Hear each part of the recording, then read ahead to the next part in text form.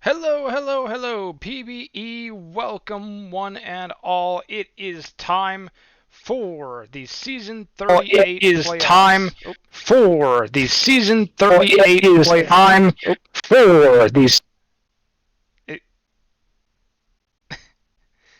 AC, I think you had the, I think you had Yeah. the stream turned on. My bad. My bad. I was just hearing myself. It is time for the Season 38 playoffs. Welcome one and all. people, people memeing in the chat. I love to see it. All right, we got four great matchups for you tonight. The Outer Banks Aviators versus the Vancouver Vandals in the Legends Conference Finals. We have the Lunar Base Space Rangers versus the Seattle Sea Serpents for the Champions Conference Finals. And then in the minors semis, we have the State College Swifsteeds versus the Kansas City Hepcats, and then the Louisville Lemurs versus the Chicago Kingpins. Still hearing myself a little bit on your end, AC. How about now? Okay, testing. Okay, that's better. Hopefully. Well, still hearing a little bit. Yeah, I mean, I'm gonna replace my headset. 1 sec. Okay. We tried to fix this before the stream, I swear.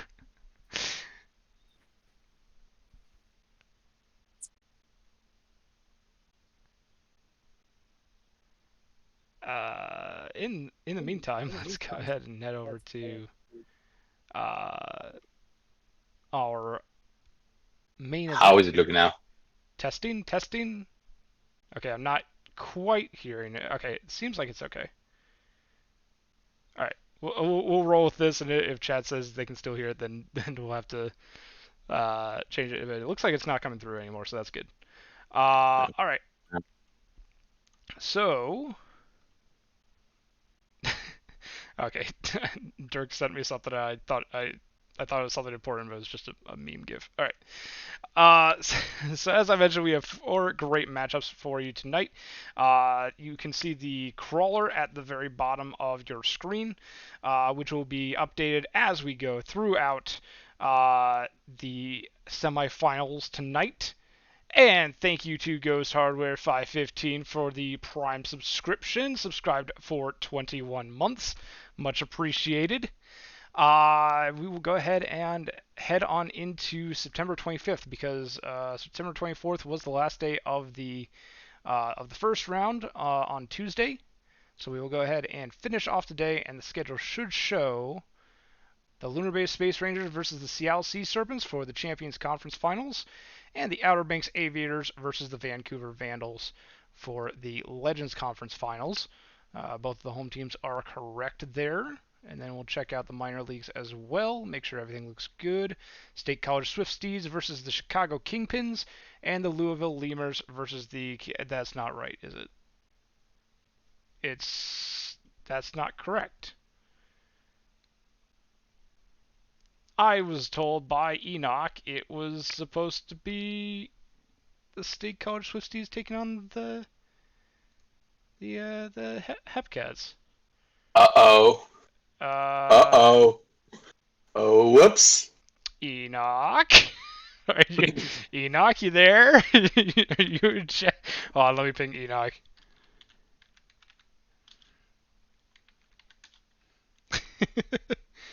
Oh, whoops.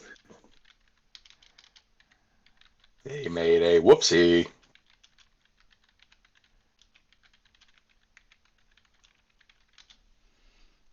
Of course, it's the chaos mode admin. Yeah, it's supposed to be the Hepcat Swifties and then Lemurs versus the Kingpins. So we are off to a great start. And Brainchild is already off. See you tomorrow, Brain.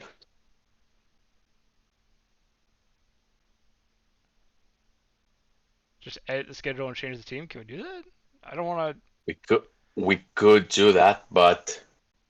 let's just wait for Enoch first. Edit the games.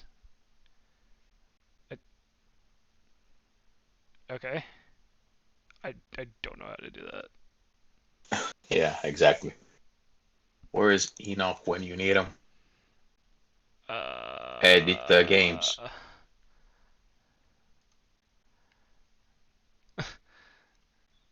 Okay.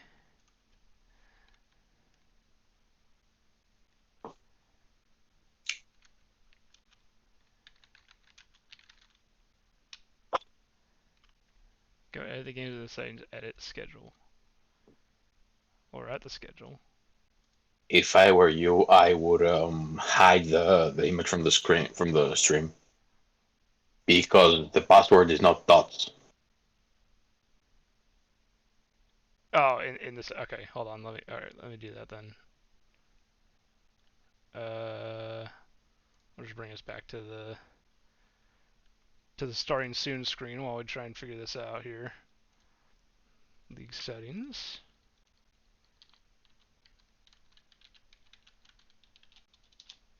So it is dots, and the password is wrong. Nice. What do you mean I entered the wrong? I must have mistyped it.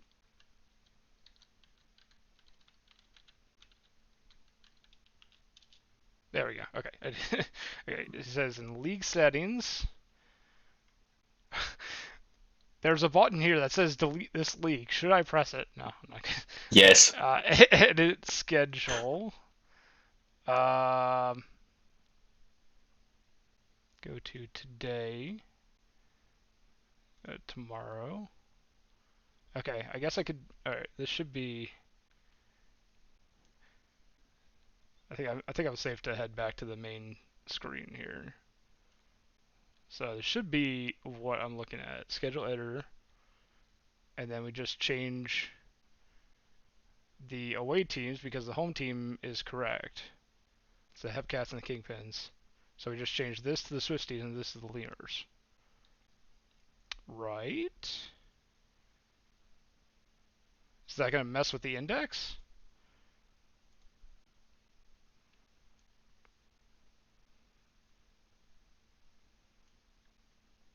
So then you go to next day. Yeah. Advance each day from game 1 to game 7.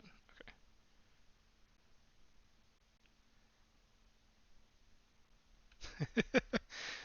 I think okay, so if I change this to the Swifties, let me go ahead and save real quick before I do anything. So if I change this to the Swifties, and I change this to the Lemurs, and I advance a day. Do I advance a day? You click there, it goes to the next day. It doesn't move the game forward, it just changes Sarah's saying wait, okay. AJ. Hi. Hi, Sarah. Hi.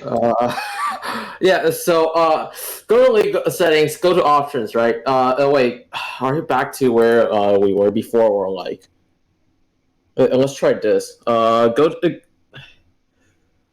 edit playoff matchups. There should be a button if you're on the options. If I'm on like the league settings.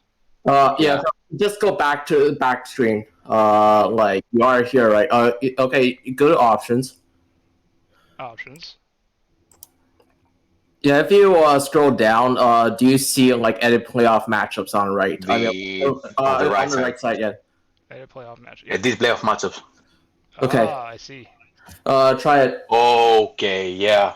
Okay. So, it should be like reverse, right? Oh no. Let me check one sec. I'm hoping this works and they'll just reset it, but like, I just found that you can actually edit this right now, so let's try it first. I feel like that might be more consistent than Yeah, like it just. says semifinals matchups. It's only gonna reschedule the semifinals. Oh, we schedule it right now. Then, I mean, I might as well do this first. Then, like, edit the schedule and see what happens. Yeah. So the matchup one should be Swift Steeds at Hepcats Right. Okay. So Steve's at the because the bottom team is the team with the HFA. yes. Yeah, and And then then we have yeah, lemurs lemurs at the kingpins, at right? the kingpins. Confirm and reschedule games. Okay. Schedule. Lemurs at kingpins. Swift Steeds at Let's Hepcats. go. Okay. Thank you, Sarah. Thank you. I expect to be paid co-host money for this. Bye. Just want to make sure. Okay. So that shouldn't. I'll give her half my money. Yeah, I hope that I mean, doesn't. she can have all the money. All I need is the Championship Week Pass. Did I push everything back a day? No, it looks like it's the same schedule. Yeah. Yeah. Yeah, because it was showing tomorrow anyway for the matchups. And like when you compare it to the majors, they both start on the same day. So that looks good. I'm hoping that none of the uh, uh, I'm hoping that this doesn't mess with the index like that one season.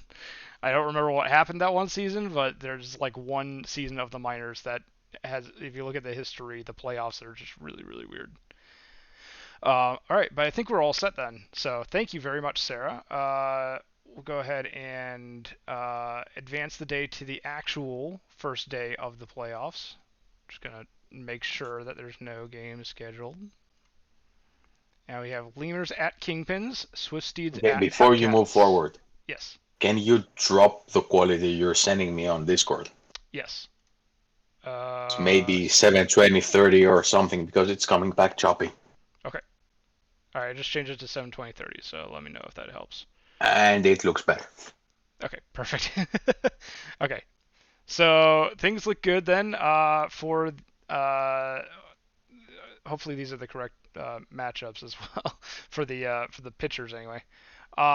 So let's talk a little bit now that we have the correct matchups actually set up.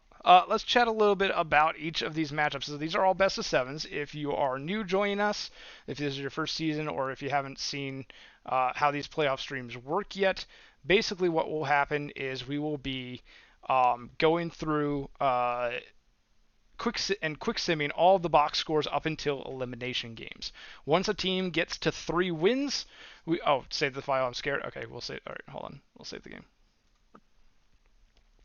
Once a team gets to 3 wins, we will be watching all of those streamed games from there on out, which means that this stream has a potential for 16 games, which I don't want to think about too much, but that would be if every series wound up with a reverse sweep or something. But here we have the Kingpins versus the Lemurs. Lemurs, their last World Series they're fighting for their next World Series appearance. Their last one they appeared in was season 28. They've never won a World Series. So getting to the semifinals is always exciting, even more so that they haven't made the playoffs in 4 seasons. So the Lemurs are back in the playoffs. They're already in the semifinals, and they're looking to make it back to the World Series for the first time since season 28. Chicago, on the other hand, they've had some more recent success. They did lose last season in the divisional series 3-0 to California, but the previous season they did make it all the way to the World Series. They won their semifinals 4-3 against Florida, and then lost the World Series overall to the Bruce City Bears 4-3. That was season 36, 2 seasons ago. On the other side of town, we have the State College Swift Steeds and the Kansas City Hepcats. State College Swift Steeds, their last playoff appearance was actually in season 31, where they lost their first round to the Amarillo Armadillos 3-2. Their last semifinal appearance was all the way back in season 25, where they beat the Lemurs 3-2 and then lost to Chicago 4-3. Excuse me. For the Kansas City Hepcats, they had a first round bye last season, but they lost their semifinals 4-2 to the Puerto Rico Ranas. They are fighting to make it back to the World Series for the first time since season 33, where they were swept 4-0 by the California Firehawks at the end of that 4-season California Firehawks dynasty. The last World Series win, however, was season 26, 4-0 over Chicago. So if both the Kansas City Hepcats and the Chicago Kingpins win their respective series, we will see them rematch from the season 26 World Series, and we'll see if Kansas City will be able to pull out another win over Chicago, or if Chicago will be able to upset them. But in order to do that, the Kansas City Hepcats first have to beat the State College Swift Steeds. As we head to the majors to check out the preliminaries for these two matchups, we're first taking a look at the Outer Banks Aviators versus the Vancouver Vandals. This is the Legends Conference Finals. The Vandals did make it to the playoffs last season, where they lost in the semifinals to Providence 4-1. Their last World Series appearance, though, was way back in season 6. That was also their last World Series win.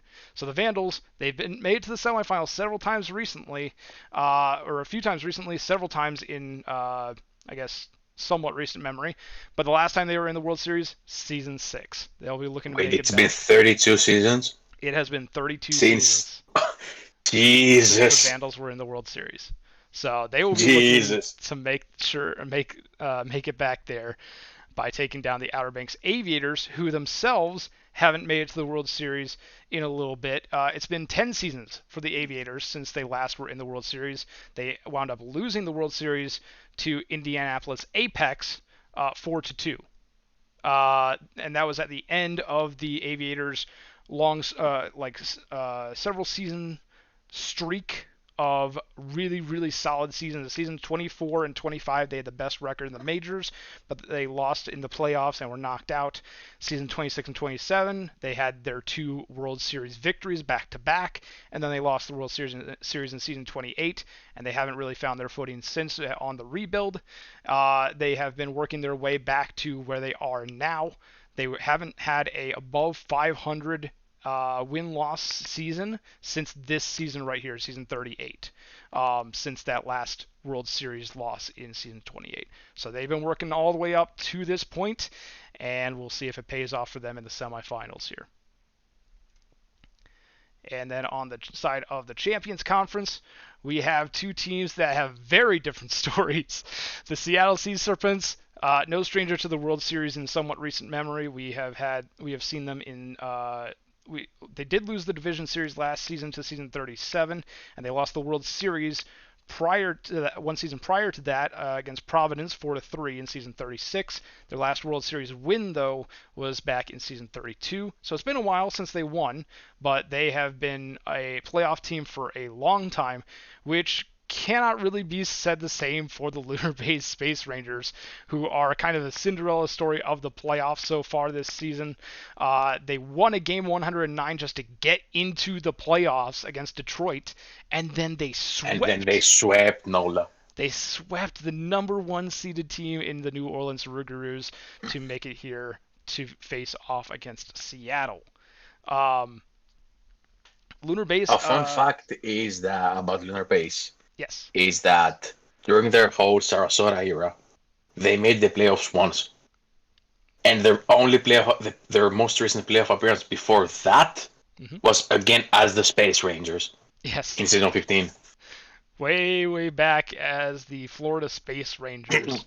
And their last World Series appearance, season 14, where they lost 4-1 to DVS, way back before we even had conferences. This was back when we only had 14 teams in the league and just 2 divisions, and that was the last time that the Space Rangers made the World Series. And none of the iterations of the Space Rangers and Supernovas have ever won a World Series, so they will be looking to do just that by beating the Seattle Sea Serpents and then either the Vandals or the Aviators in the World Series. Sea Serpents are looking to stop them tonight. We'll see who comes out on top in that matchup. But those are the head-to-head matchups for all 4 of the series tonight. I do these little previews just so that the GMs are able to take a look at their starting lineups and make sure that everything looks correct, nothing looks wonky or anything. So we are about ready to get on into it.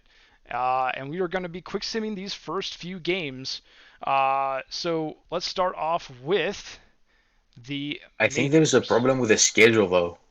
Oh, really? What's something wrong with the schedule? There's games scheduled at 1:05 and 8:05. If you look at it, which means that if a Yeah. game is quick simmed in the background and another is played, then there's no BNN. I don't know Uh, if True. I mean people are saying that's fine because It I should be all think right. we Yeah. should do the quick sims before showing the live games, but Yeah. right, Yeah, I think that should I be all just right. noticed and all right, let's go. All right. So let's start us off. Do you want to take the first game of the Legends Conference or the first game of the Champions Conference? I'll do the first game. I'll start us off. All right. You'll start us off with the Legends Conference. All right. Here we Let's go. see who gets game one. Game one Uh, of the Legends Conference Finals. Here we go.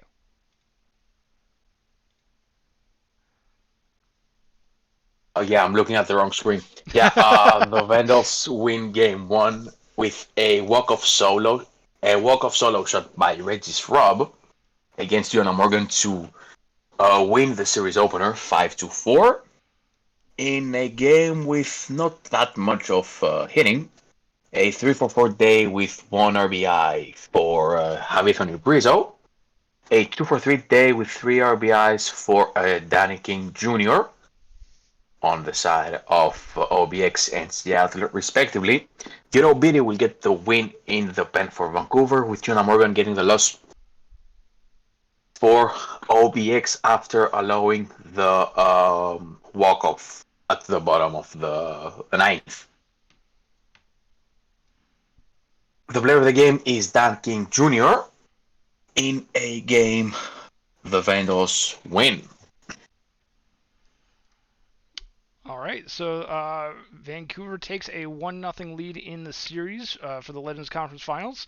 And on the other side of the town, game one is going to go to the Seattle Sea Serpents, who take a 1-0 lead over the Lunar Base Space Rangers. 6-3 is the final score for the Sea Serpents. We have a 3-for-3 day with 2 RBIs for Jose Slaseco, 2 ribbies for Knox. And on the side of Lunar Base, we have a 2-for-3 day with 1 RBI for Samsung Jr. Alvarez and In the Lake both tag on an RBI as well. Ragnarok will take the loss, going 6 innings but giving up 5 earned runs for Lunar Base, while Athena Arya will get the win for Seattle, improving to 3-0 in the postseason with the quality start. Beckett will get the save, their second of the postseason, while Jose Slaseco will get the Player of the Game award. All right, Majors teams, if you are going to be making any changes for Game 2, please let us know in your channels. I see a few pings from the Vandals and Serpents channels. We'll be checking those out in a moment. But the Miners series, we will be quick simming right now between the Lemurs and the Kingpins. Sorry, I'm assuming that's for game number 2, because game number 1, there shouldn't be adjustments unless it's something that was on the lineup card that was missed. Um, was that one a? Uh, I don't know. Let's check. yeah, let me check the lineup card real quick. Where's the server? But yeah, changes prior to game 1 shouldn't be happening because the lineup cards were due at a certain time. So unless this is something that was on the lineup card and was missed, then we can't make changes until after game number 1. Let's see, Magnus. I don't even see. Magnus Peterson. Is in the pitching rotation currently. Oh, and is actually getting the start. So unfortunately, we can't make that change since it wasn't on the lineup card. So we can change that after game number 1. But until then, it has to remain at where it is, if I'm not mistaken. I think so, yeah, but I'm not so sure about it.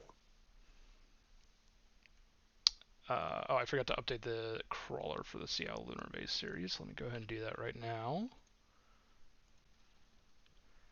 All right. So, next up, we will be doing we'll do the State College Swifties versus the Kansas City Hepcats. Why don't you take us on into it, Air Crew? Yep, let's go. And win game number one goes to the Hepcats, a 4-zip wash. Only 12 hits of offense combined for the team, 7 for the Hepcats, 5 for the Swifties, 2 for 4 days for Ledley and Donuts on the side of State College. For Kansas City, 2 hits in 4 at-bats from Jackson. The 4 RBIs came from Papi, Vira, Miss, and Hulkavoto. Samson gets the win, Ness gets the loss, Trout gets a hold coming from the bullpen.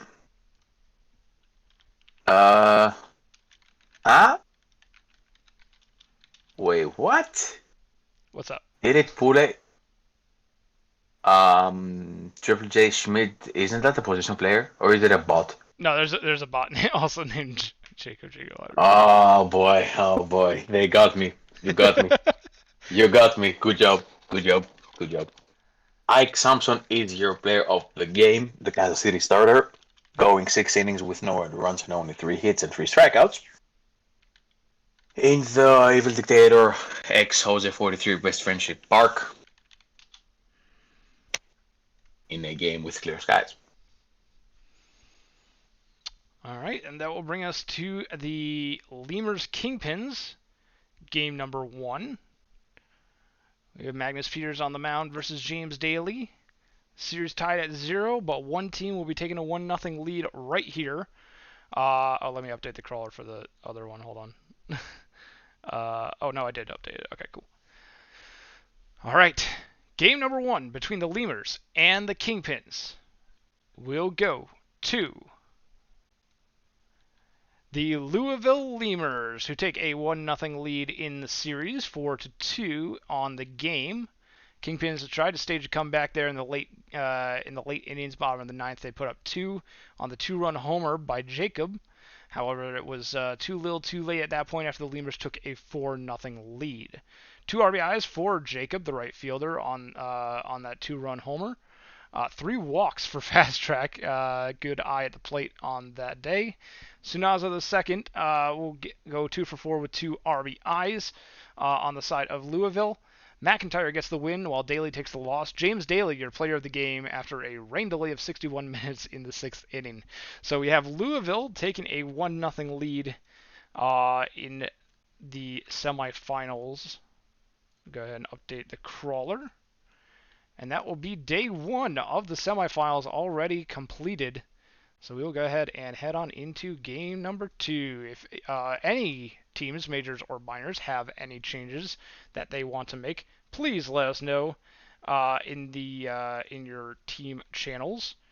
Let's see, Vandals, Sea Serpents say they're good. Lunar Base is going to make changes.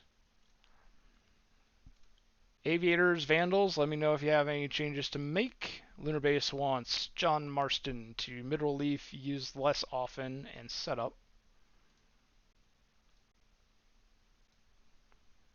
Done so. And then Macarena to mid-relief, use more often, and closer. Alright. Should be good for you, Lunar Base. Let me know if you have any more changes, or if... Okay, Aviators are good, Vandals are good. Serpent said they're good. Space Rangers look good, I'm assuming. Now, check out the minors teams while we're doing this. Kingpins want a stamina check. We'll just look at the ones that have red or yellow next to them, unless I hear otherwise. But James Daly is at 6%. Crony is at 64%. Yosh is at 25%. Let me know if y'all want to see any other pitchers.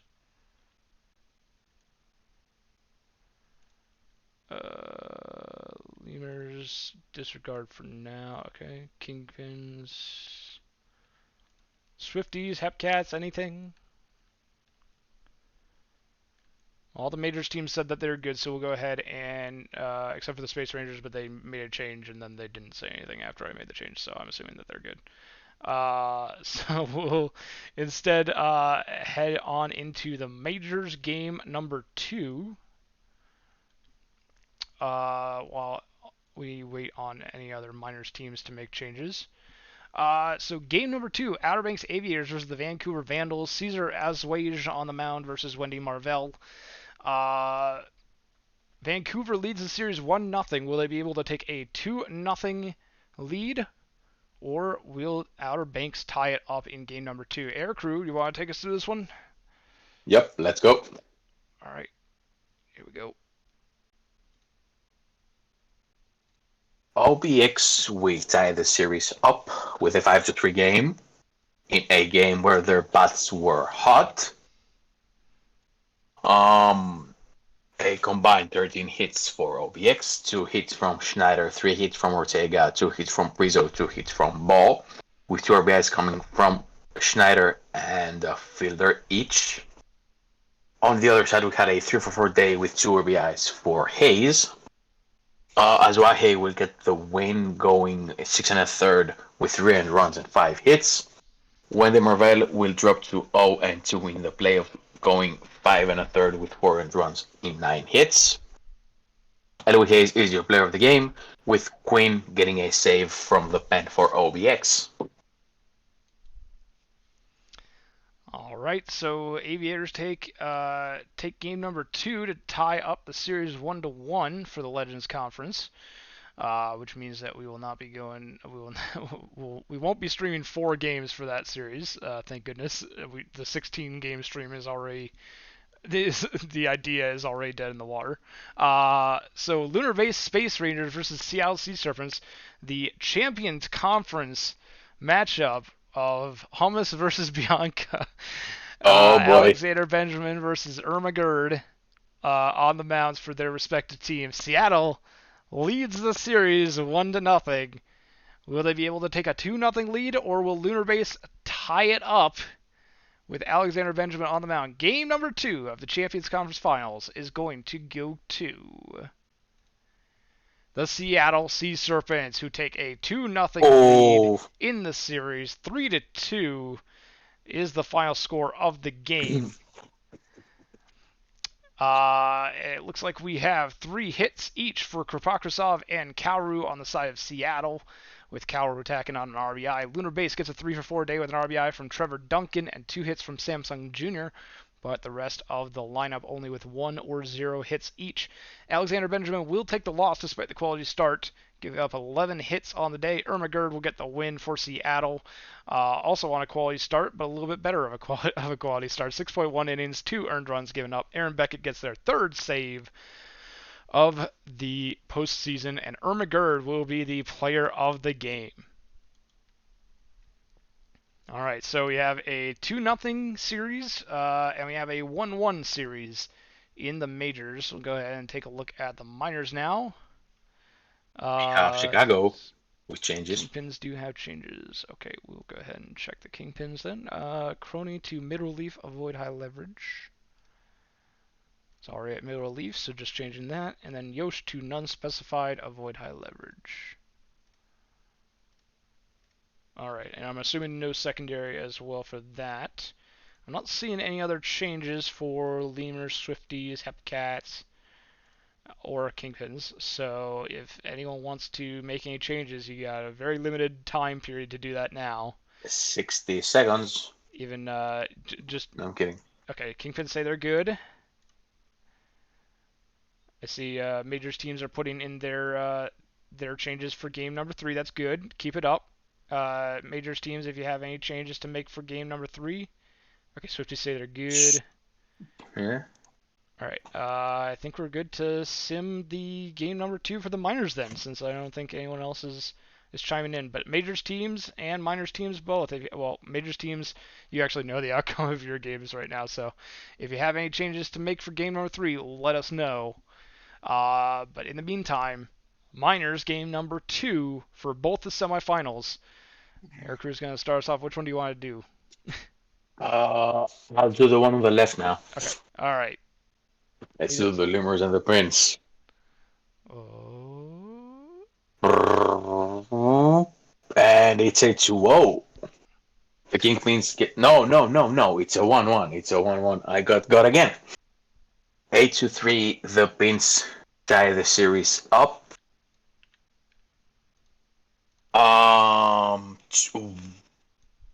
Yeah, 2 hits for Shanahan, Jacob, and Benito on the side of Chicago. 4 players with 1 hit each on the side of Louisville. James, Ostman, Yeboah, and Fresca. 2 RBIs for Franzonello on the side of the Kingpins. I Love Anchovy gets the win. My Dog gets the save. Space gets the loss in a game where Louisville went pretty deep in their bullpen. I Love Anchovy, the starter, is your player of the game, going 5 whole innings with 2 earned runs in 3 hits. We had 4 innings in relief for my dog as well. That's going to be a tired arm tomorrow. But the series tied at 1 apiece for Chicago and Louisville. Which brings us to the Swifties and the Hepcats. Game number 2. Will Kansas City take a 2-0 lead? Or will the State College Swifties even it up at 1 apiece? The winner of game number 2 is the State College Swifties, as we have another tied series 1-1. The game, however, will be a 6-1, as the Swifties put up 4 in the top of the first. 2 hits for Shy and Miss on the side of Kansas City. No RBIs for anyone on the Hepcats. State College will get a 3-hit day from Maple Dogwood, the left fielder, and 2 RBIs from Jose 43 1/4, the divisional series MVP. Stun Gun will get the win, improving to 2-0 on the postseason with 5 innings of no earned run ball. Mantix will get the hold. Striker Jr. their first loss of the postseason for Kansas City, and Stun Gun will be your player of the game. Let me go ahead and adjust the crawler real quick. Minors teams, if you have any changes to make, please let us know as soon as possible. We'll go ahead and save the game, advance, and then save again as we head into a travel day.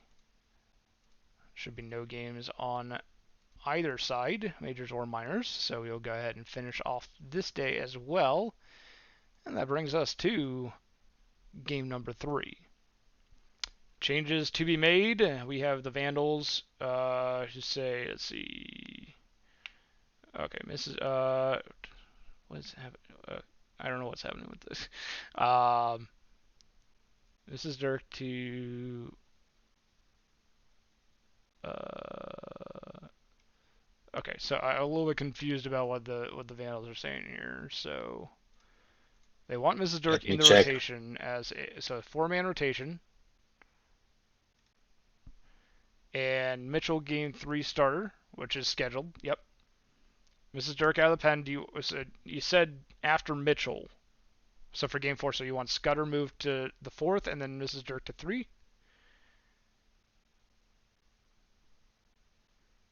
I'm guessing that's what they're saying. Mrs. Dirk to the rotation either way, so we'll do that.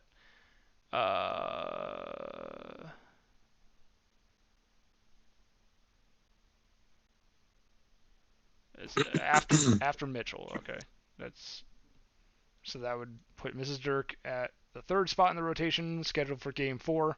Garrett Scudder scheduled for game 5. Correct. Okay. And then you said a pitch count as well, 80 for the pitch count. Player strategy. Miss Dirk, right at the top. Yep, I was just completely missing it. Pitch count to 80. 80. All right. 80 pitch count. Save. Serpents have bullpen changes. All right. They have Beckett, none, normal, nothing. None, normal, nothing. Okay. Singe goes to stopper, 7th and close, high leverage. Okay. And then Crawford at the MR, use more often, high leverage. Alrighty. And they're set. Okay. And then we got the Aviators, no changes. The Vandals say all good, whatever we did. The Serpents are looking good. What else is there? Space Rangers have changes. The Space Rangers. Okay, they pinged us also. Marston, MR, use more often, closer. Okay. And Macarena, MR, normal usage, setup. Alright, Space Rangers look good. Everything looks good for the majors. Yeah, so all good. Uh, Miners, do the miners have changed? Kingpins. Kingpins want stamina. Alright, so the ones that have red or yellow next to their name, Anchovy is at 26%, Daily 58%, My Dog, Anchovies, 26. I'm gonna type it for them. yeah, Anchovy 26, Daily 58, My Dog 26 for starting pitcher, but 69 for relief pitcher. My Dog, 56 and 69. No, 26 for SP. 26. Yep. Okay, 26 and 69. And then no one else has the little bar next to their name, which I think, does that always mean they're 100% arrested, or okay, no, apparently not. Crony is 86%, but doesn't have a thing next to their name. And then Yosh is also slightly tired. Lemurs, Stam. Okay, Lemur Stam. Jiggleson is at 57 for starting pitcher, 93 for relief pitcher. 793. McIntyre is at 58% for starting, 89 for McIntyre relief. is 58, 89. Peters is at 58%. 58. Cap space 27. Negs is at 33. And 47 for Hitosu Yanagi. 47. 47. 47. Swifty said something.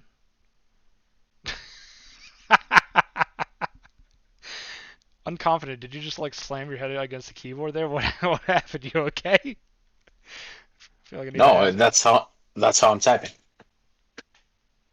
Because Yes. on the one side of the keyboard I have. No. I was asking unconfident because in the Swifties channel, because they typed SGTAM space CI0 CI0 left bracket 2F my semicolon god! Oh my apostrophe double. god!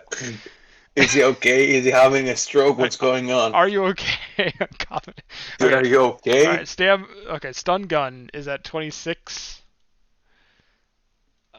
Ness is at 58.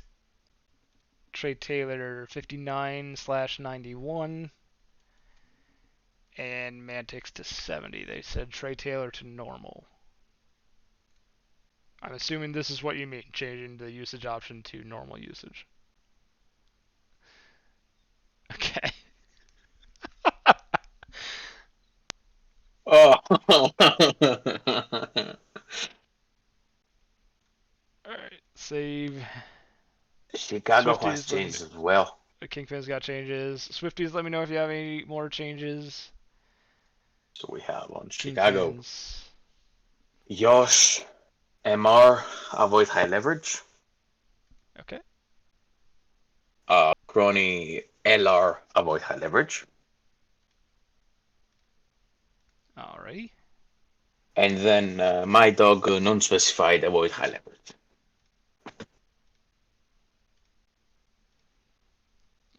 Do we want the secondary role removed as I'll well? remove the Sarah? setup. I think. Yeah, Sarah said just assume it's no secondary or whatever unless specified. So yeah, if they don't say a secondary, remove it. Okay. So it's a no secondary currently. Let me know if that's incorrect. Swifties say they're good. Um, The Hepcats are radio silent, and the Swifties are okay. And then we have the Lemurs, who haven't responded yet. Alright, Swifties say they're good. Kingpins say they're good. Nothing from the Hepcats. Van wants a surge stamina check. I think that you should go and watch Amaranth, because you're a nuisance here. That's just my opinion. All right. Well, we have the majors teams all said that they're good, so we'll go ahead and head on into game number 3 for both the Legends Conference and the Champions Conference. And then if the Lemurs or the Hepcats have any changes that they need to make, then they will let us know hopefully before we get to their game. All right. Vandals Aviators series tied at 1. Aircrew, you want to bring us into this one? Yeah. All right. Yep. Game 3 goes to OBX get the home win and the series lead 2-1. A 2-4 day for Diamond on the side of Vancouver. A 2-4 day with 2 RBIs from Schneider. And that is it in a low scoring affair. A game that ended 2-1, may I say. Lizzie Mitchell gets the loss, going 7 1/3 with 2 earned runs. Walrus Jones gets the complete game win, going the full 9 innings with only 1 earned run, and player of the game nod. All right, so the Aviators take a 2-1 lead on their journey back to the World Series. Meanwhile, over in the Champions Conference, Seattle leads the series 2-0. Will we see them take a 3-0 lead, or will Lunar Base get on the board here in game number 3? We will see Booze Gooser on the mound for Seattle, right into dirt on the mound for Lunar Base. And the winner of game number 3 between the Sea Serpents and the Space Rangers is the Seattle Sea Serpents, which means we will be watching all of these games in this series for the rest of the way out, as they are all elimination games for Lunar Base. Seattle extends their lead 3-0, and we'll be looking for the sweep in Game 4. They take the lead. They get the win here, 7-2, 15-2 on the hits column. The only 2 hits for Lunar Base coming from Samsung Jr. and Rick in the Lake, 1 apiece. Sung Jr. gets a solo shot in the 7th inning for one of only 2 RBIs for Lunar Base. On the side of Seattle, we have 2 RBIs each from Krapokrasov and Slaseko. 3 hits for Cody Cochin, and 2 runs scored for Shane Knox. Booze Gooser gets the win, improving to 1-0 on the postseason with 6 innings with 0 unearned runs, is what I was trying to say there. Crawford gets a 3-inning save right into dirt. We'll take the loss, falling short of the 5th inning and giving up 5 earned runs on 12 hits. Booze Gooser, your player of the game. And this means that Seattle is 1 win away from advancing to the World Series this Saturday.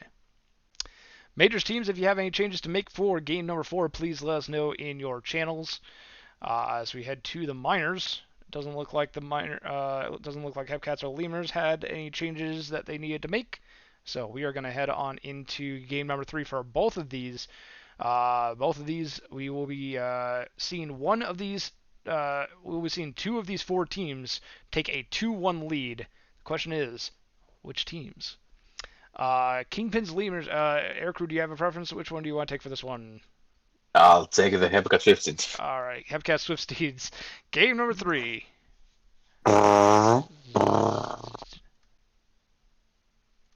The Hepcats get the 2-1 the road win to go up 2-1. 94 is your final score. A dominant top of the 5th for the Hepcats gave them the win in this one. Many hits all across the board, with almost every player registering a hit across both lineups. 3 hits for Vita, Jackson, and Miss on the side of Kansas City. 2 hits from Papi, Cavado, Okio, and Magic. 3 RBIs came from McMagic. 2 RBIs came from Okio and Miss on the side of Kansas City. On the side of State College, Big hitting days by Cold, Ledley, and 43 and a quarter, getting 2 hits each. On to pitching, we have Howard with a win in relief and not getting the loss, the starter. Shiamis is your player of the game. And then on the other side of the minors, we have the Kingpins and the Lemurs, series tied at 1. Which team is going to take game number 3 and take a 2-1 lead? Let's find out right now. Game number 3 of the Kingpins Lemurs series will go to the Chicago Kingpins, who take game 3 with a win of 4-3 over the Lemurs. After falling down 1-0 in the series, Kingpins have taken the next 2 to take the series lead right back. 2 hits each for Ostman, Dog, and Yaboa, with 1 RBI from Hot Dog, Taylor, and Fresca on the side of Louisville. Chicago gets 2 RBIs from Francinello, 3 hits from Ray Card, and 4 hits on a 4-for-4 day from Sean S. Shanahan. Crony will get the win for Chicago, Girl Boss the save, Trout will take the loss and the blown save for Louisville, and Rake Hard will be your player of the game. So Chicago leads their series 2-1. Kansas City leads their series 2-1. Both of the home field advantage teams taking the series lead after game number 3. So we are all set to head on over to September 30th. As we finish off the day, we will go ahead and save. And changes. Majors. Vandals. No changes. No changes. Serpents have changes. Serpents. Yep. They start with Beckett. Okay. Stopper. 7th and close. High leverage. Alrighty. Cinch goes to MR. More often high leverage. Who does? Cinch. Oh, okay. MR. More often high leverage. Okay. And Crawford goes to MR. Normal. Nothing. Normal and nothing. Okay. Aviators say nothing. Alright. They're just running with it. And the Space Rangers have changes to Marston and Macarena again. Okay. They both stay MR, and Marston is normal usage and none. Normal usage and none. And Macarena is less often setup. Less often and setup. Okay. That's it.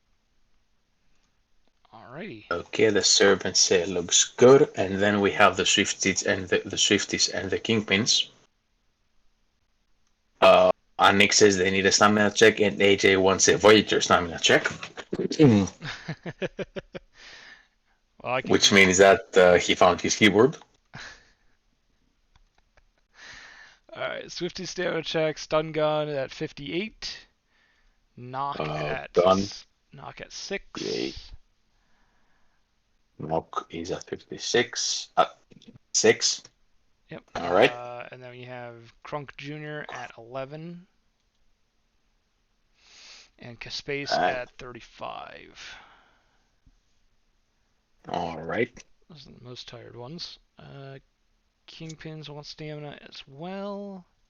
So for the Kingpins, we have Anchovy at 58. 58. We have Lothbrock at 6. We have My Dog at 58. Girl Boss at 66. Crony at 0.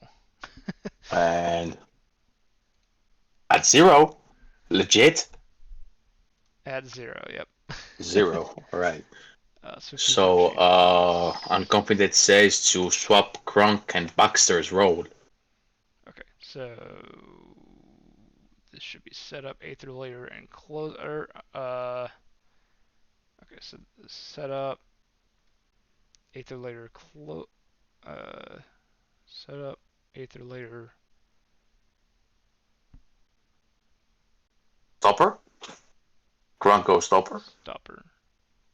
Baxter goes stopper and closer.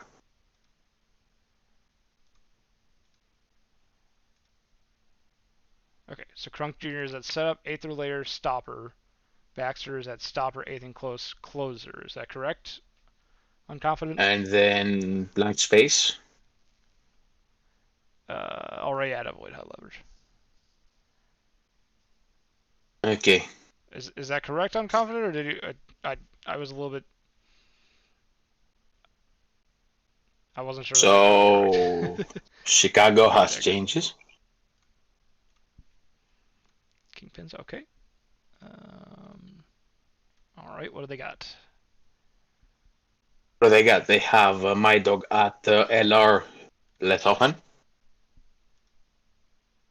There's no less often. It's normal or avoid high leverage. So I'm assuming they normal. mean avoid high leverage. Okay, yeah, they said avoid high leverage. Okay. All right, Sarah said avoid high leverage. Second, okay. And Crony non-specified avoid high leverage. Unspecified, avoid high leverage. And Girl Boss goes to pitch count of 20. Okay. Player strategy, girl boss, pitch count of 2-0.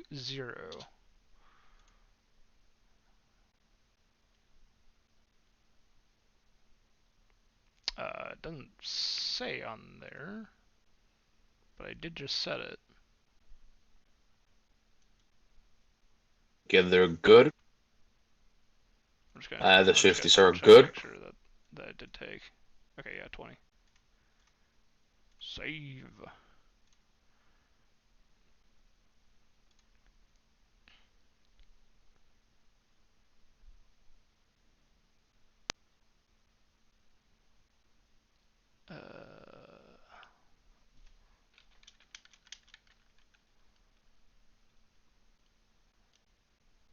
Cats, I guess, will change. Let me ping them if they forgot.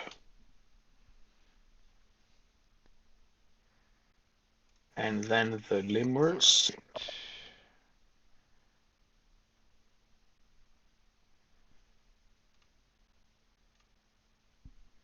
think we should quick sim every other game before showing the live one.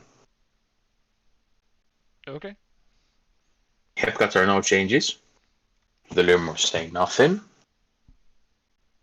So I think we should start with the minors here. Quick sim the 2, then quick sim the OBX Vancouver game, and then show the Seattle Lunar Face game. All right, sure. All right, which one you want to take for these two? I will take. Let's do the Kingpins if we're alternating on minors. We're gonna get Alrighty. going. Let's see. That sounds more like a car having. And Chicago gets a 3-1 lead. 9-1 is the final score here, and they have the chance to close the series out in Chicago. 22 combined hits from the two teams.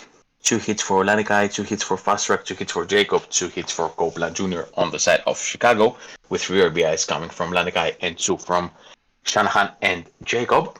2 hits each for Osman and Banana Boom on the side of Louisville, with 3 hits coming from Brister. Louisville goes a bit deep on their bullpen again, with Peters getting the loss, their starter, going only 3 2/3.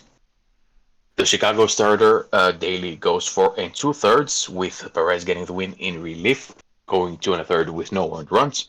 Luigi Lanigai is your player of the game as Chicago creeps closer to the World Series berth. Alrighty. The 3-1 lead for Chicago. And the other side we have Kansas City versus State College. Will we see Kansas City take a 3-1 lead, or will State College even up the series at 2 apiece? The winner of game number 4 between the Kansas City Hepcats and the State College Swifties is the State College Swifties, who tie up the series 2-2 after winning this game 3-2. They took an early lead in the first 2 innings and held on to it despite Kansas City striking for 2 in the top of the 6th. 3 for 4 day for Ladley with an RBI, 2 RBI for Gunderson, both on the side of State College. On the side of Kansas City, 2 for 4 day for Vita, and an RBI each for Jingleheimer Schmidt and Shia Miss. Ness gets the win for State College, improving 2-1. What You Maybe Do gets the save, 3 innings of shutout ball. Sampson takes the loss for Kansas City, and Ness will be your player of the game. And heading to the majors, we'll go ahead and save real quick. And head into the last quick simmed game of September 30th. That being the Vandals and the Aviators. Ready, Air Crew? Yep.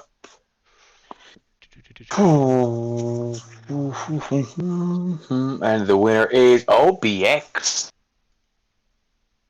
Will it be another heartbreak for the Vandals here? A 10-3 win for the Aviators, who have the chance of closing out the series on the road in Game 5.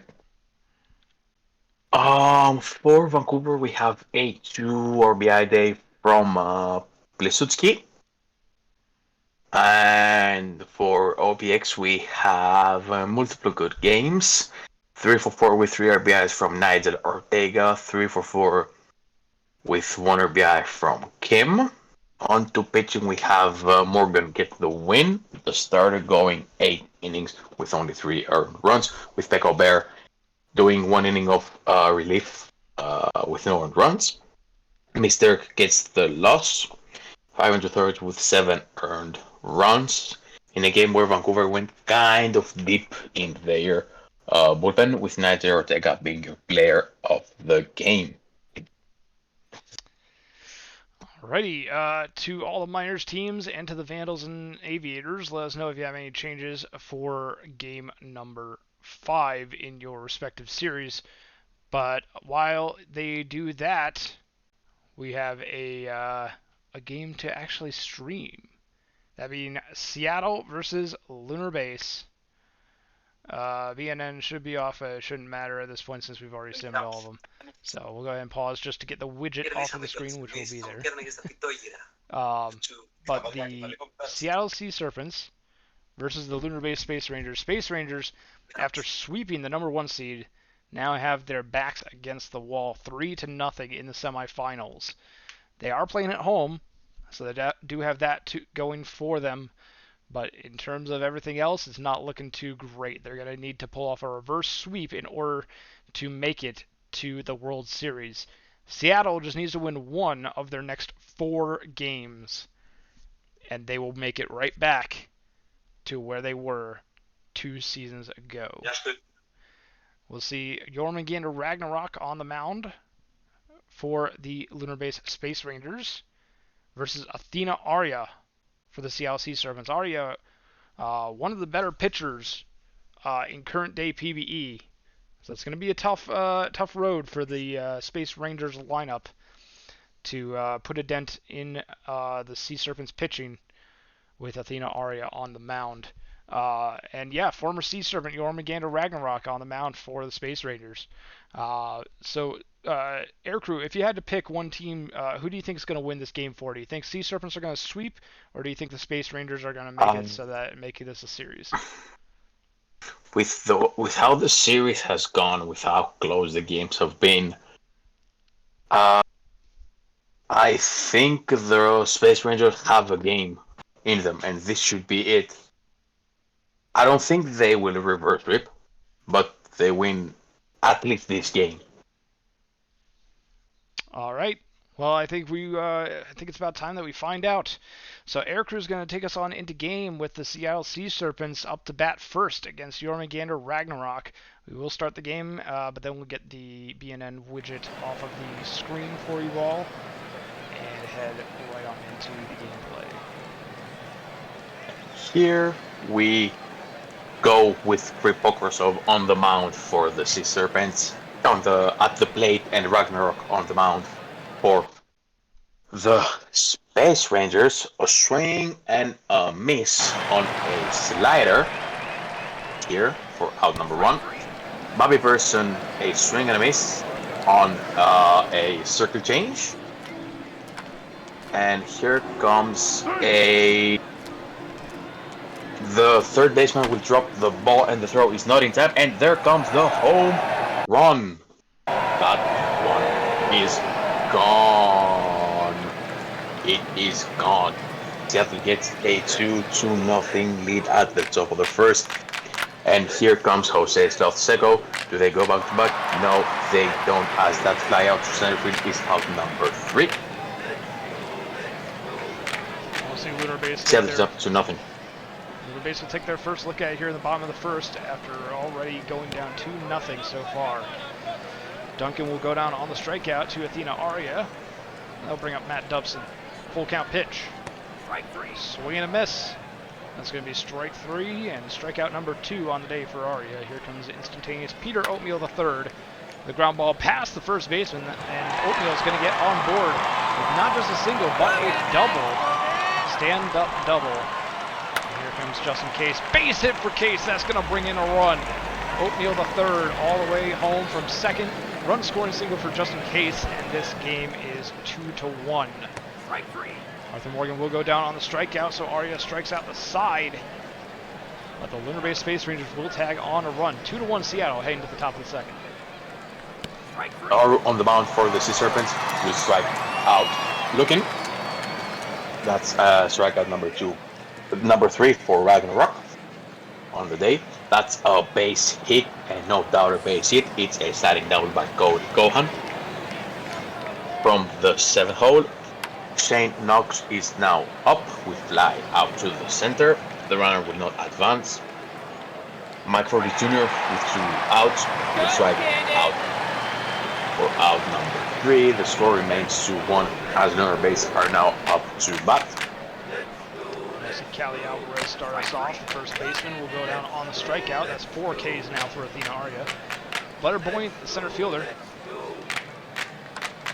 Ground that right to the first baseman. That's going to be a 3 unassisted for the first out of the ball game. For the first out from the Lunar Base Space Rangers, that wasn't a strikeout. But Samsung Jr. will get strikeout number 5 to Athena Aria, and that's going to be a 1-2-3 inning for the Seattle defense heading to the top of the third. For the third, here we go. A swing and a miss by Krzysztof Pokrzov. Puts 0 for 2 on the day. That's a ball. Number 4, and that's a walk for Bobby Burson. Kroxout gets a base hit. Bobby Burson advances to second as Kroxout goes to first. Let's see if Kakao can go yard again. Nope, but it is a base hit that closes the base up for Jose Canseco. The slugger who swings and misses for strike number 3. Let's see what Hachikaru has. It's high, it's deep, but it is got at the wall by the left fielder to retire on the side. The score is still 2-1. Dangerous half inning there for Lunar Base, but they come out of it unscathed. Rake in the Lake will ground out to the first baseman, Kroxout. Here's Trevor Duncan, the DH. Strikeout number 6 on the day for Athena Aria. Matt Dubson, the right fielder now, with nobody on and 2 outs. Grounder is short over to first, and that will be out number 3. Nothing on, nothing across for the Space Rangers as the Sea Serpents remain in front 2-1 when we head to the top of the 4th. A third of the way in, and there comes a swing and a miss from Cody Gohan. The game is still 2-1 in favor of the visiting Seattle Sea Serpents as Shane knocks the ground out on the 4-3 throw, and that one is a no-doubter. Mike Forbes Jr. will get the first home run of the postseason, 342 feet. Seattle extends their lead from 1 run to 2. It's a 3-1 game, and we're now back at the top of the order as Pokrzov will ground out to the first baseman to retire the side. 3-1, Seattle is up. We'll start us off with Oatmeal the third, grounding out to second base for out number 1. Just in case the catcher. Base hit right up the middle. This was in on board with the single. Arthur Morgan, the left fielder. Easy fly ball, sky to center. Coach almost stole that away from Knox. Base hit from Alvarez. Now we have first and third for Blair Boynt. 2 away. Boynt. That's going to get past the second baseman. And the Space Rangers will bring this game back within 1 run. RBI single Boynt. It's now 3-2 in favor of the Sea Serpents. Simon Jr. will fly out to end the inning. The Space Raiders really just want to keep this game within 1 run, and so far they are doing just that. Bobby Person's now up, and that one is set. I mean, can you send something to orbit the moon? Is it the Earth? Did he send that ball back to the Earth? I don't know. It's a home run. It's their third of the day. It's a 4-2 lead for Seattle. As Croxout gets a base hit, it's a standing double. And nobody appreciated my joke, so thank you very much, guys. As Ryan Kakao is ground out to first with Croxout advancing, that is a base hit, driving in a run. 5-2 Seattle as Lotseco gets to first and Croxout scores. Hatsukaoru is now up, the swing and step is out number 2, bringing up Cody Gohan, who's going to strike out swinging. That's out number 3, but Seattle adds 2 to the board. It's 5-2-2. For what it's worth, I like the joke. Rick in the Lake, the third baseman, will lead things off here in the bottom of the 5th for Lunar Base with a strikeout on a 2-2 pitch. Trevor Duncan, the DH, face off against Arya now, and will advance to first base on a walk on the full count pitch. Matt Dubson now. Foul that into just barely on the right side. The catcher will take care of it. Off for second, Duncan will get a stolen bag. And Oatmeal the third will ground out to the shortstop to end the inning. The Space Rangers get a walk, but nobody across. Seattle still remains up 5-2 after the bottom of the 5th. For the 6th, here we go as Shane Knox will get a leadoff double. Right in the outfield, the ball went right up the wall. Mike Forbes already has a home run and has a base hit straight through the middle. Runners in the corners for Christoph Kripokosov. Let's see if he has a hit. No, it's a tough day at the plate. That's the third strikeout of the day for Christoph Kripokosov. Runners in the corners and strikeout looking for Bobby Burson with Marston in the game for the Space Rangers. Now there's a walk for Croxout, bases loaded again for Seattle. And here's the conga line. Choo-choo will drive a run in as Knox crosses the plate and Kakao draws a walk. Allegro Macarena is now in for the Space Rangers, and here comes strike number 3 with the bases loaded against Jose Slotseco. Here's just in case to lead us off in the bottom of the 6th with another strikeout against Athena Arya. That's number 8 on the day for Arya. Arthur Morgan now grounds that to the shortstop over to first for out number 2. Base paths empty, 2 away. Cali Alvarez will get a base hit. That one just over the head of the second baseman. Alvarez will be on board with a single. And here's Buoyant. Dribbles that one in right up to the pitcher, throws on to first. And that is going to be the end of the 6th inning. Seattle still leads 6-2 as we head to the top of the 7th. On the 7th with Hatsukaoru at the plate and Allegro Macarena on the mound as Hatsukaoru will strike out. Cody Kohan will draw a walk. I think that's walk number 2 from Kohan for the day. I don't know. Shane Knox will strike out swinging on the splitter. That's out number 2. Mike Forbes Jr. will get that one high, but it is caught by the left fielder. And the side is retired as we're heading to the 7th inning stretch. Here's Samsung Jr. starting us off with a strikeout. Athena Arya with 9 Ks on the day, and that will be where it ends as Duke Singh enters the game as a relief pitcher, immediately getting Rake in the Lake to ground out to second. Trevor Duncan will go down on the strikeout, and we head to the top of the 8th with Seattle still holding a 4-run lead, and they'll be looking to extend it right here in the top of the 8th. Top of the 8th with Christoph Kripokosov struggling bad tonight. I think that's the 5th plate appearance without a hit or a walk. Bobby Person will fly out. Croxout will fly out as well. That's a quick 1-2-3 for Lunar Base, who only have 6 out to make something out of them. And here's Matt Dubson. Goes down on the strikeout. 0 for 4 on the ball game. Instantaneous Peter Oatmeal the third. Ground out to second, and that will bring up just in case. And that will be a strikeout for the last out of the 8th. Lunar Base leaving it all to the 9th. They'll need to score 4 runs at least in the bottom of the 9th. Seattle will look to tack on more here before they do just that. Ryan Cacao will ground out to the first baseman. That's out number one. Jose Slavseco will hit one high, but it is caught by the center fielder. That's out number two. Hatsukaoru, probably the last bat for Seattle, hits a home run. That one did definitely go back to the earth. 358 feet, 72, and it's getting way harder now for lunar base. Gohan will draw a walk, and I think this is where it all comes down crashing. Do they go back to back? No, they don't. There comes the catch by the center fielder. The side is retired, but it is 5 runs with 3 out. Lunar Base will need to pull off something crazy here, or Seattle will be heading to the World Series. Arthur Morgan will start us off with a walk. That's a good start for the Space Rangers. Alvarez, though, will fly out into right field. The second baseman, Bifferson, all the way out to shallow right to make the grab. William will draw a walk against the Duke Singh, and here's Samsung Jr. First and second, one away. Strikeout by Samsung Jr. Space Rangers down to their last out. It's going to be Raking the Lake, the third baseman. First and second with 2 outs. Raking the Lake, base hit for Raking the Lake, and the bases are loaded. Does not bring the run home. That'll bring it up to Trevor Duncan. Grounder first over to the pitcher who's covering at the Seattle Sea Serpents.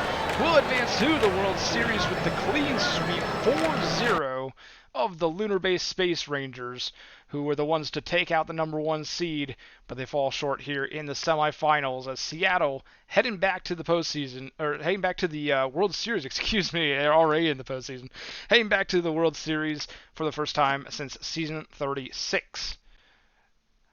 7-2 is the final. We just watched the game, so we won't spend too much time on the line score, but Ragnarok will take the loss, Arya the win. Great day for Athena Arya, and the player of the game will be just that, Athena Arya. On the mound for Seattle, 6.1 innings, 2 earned runs, given up, striking out 9 Space Rangers, keeping them off the base paths as much as they could, and letting their offense work the magic to get the Sea Serpents to the World Series. So congratulations to Seattle. We will be seeing you again on Saturday in the World Series against either the Aviators or the Vandals. And we will see which team exactly will be facing off against the Sea Serpents as we continue on with that series throughout the night. We already finished up the minors, so we will go ahead and save the game and advance the day. Changes for game number 5. Okay, so I was completely wrong. I thought that the series went 2-2 and then 1 each at home, but it's 2-3-2. Yes. Yeah, 2-3-2. Little do you know. No, it's the first time I paid enough attention to it. Swifties say they will have changes, but they haven't actually said what changes they'll have. The Vandals have one. Vandals. Alright, let's move to Vandals real quick while the minors teams. No minors teams have actually said any changes, just that they will have changes. Vandals, pitching. Wait, oh, no. They say no changes. Just make sure that Scudder's starting now. He is. Which is true. Garrett Scudder starting game Yep. 5. Aviators say no so changes. Scudder. Hepcats letting it ride. Kingpins. Aviators are just going with it. The Hepcats are letting it ride. The Swifties say they will have changed it. Let me ping. Stamina for Kingpins. Daily is at 5. 5? Yep, daily 5. Oh boy. Lothbrok. 26. Is at 26. My dog 25/82. Girl Boss at 32. Crony at 15/17. 15, 17. And Perez Christ. at 31. 82 is for my dog relief pitcher, yes. Yep, 82 for relief pitcher, 25 is the starting pitcher. Swifties, nothing yet. Hepcats said they're letting it ride. Lemurs, nothing there. Kingpins, yeah, it's fine, Sarah. So majors have no changes. Minors, waiting on changes from the Kingpins and the Swifties at the very least. Maybe the Lemurs too if they say anything. Self-reference. Oh, okay, that's just what they're currently. Why don't we just go ahead with Aviator's Vandals game, who is confirmed with no changes, Okay. Yeah, we could do that. and then we can come back to the minors to save some time. Yeah, let's do that then. That shouldn't affect the minors, right? No, we just turned BNN off. Yeah, it's already off. Oh, wait. It's scheduled for 8:05. Yeah, but we And quick simmed these games previously, and the minors games weren't affected. So as long as BNN is off, it should be fine. it doesn't matter. Okay, you guys know better than I do. You guys know better than I do. We will save. Game time is just for aesthetic. Well, unless you have BNN on, in which case then okay. Well, Swifties do have their changes in, so let's take care of that real quick before I forget anything. Swifties pitching. Crunk Jr. to stopper. Eighth or later in lead. Yeah, Or Quick eighth and Play does one close. game, but there's no quick sims now. All series are 3-1. Wait, no. There's a 2-2 series. Yes, we do have a 2-2 series. So let's quick sim that then. Well, we might get. Hold on, it changes. Baxter set up seventh or later. Crunk Jr. stopper eighth and close. Okay, good. Does that look good, Swifties? Go ahead and save. Change Crunk secondary to closer. Okay. Baxter secondary is also closers. That's fine, or did you want that to be changed?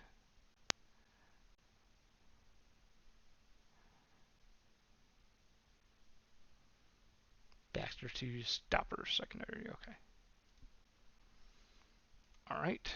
Save. All right. So I guess we could do the quick sentence Swifties Hepcats because Hepcats say they're good. Swifties say they're good.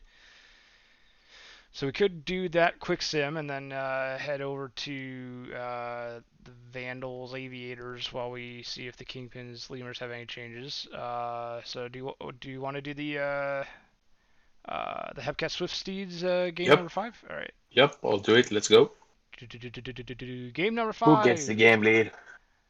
Goes to the Swifties. The Swifties get the 3-2 lead after a strong showing at the bottom of the third with 4 runs for them. Single hit days across the board, except for Yardis and Uzumaki on the side of the Swifties, who get 2 hits apiece. Striker gets a loss for Kansas City. Gunn gets the win. Crunk Jr. gets a hold onto Beijing.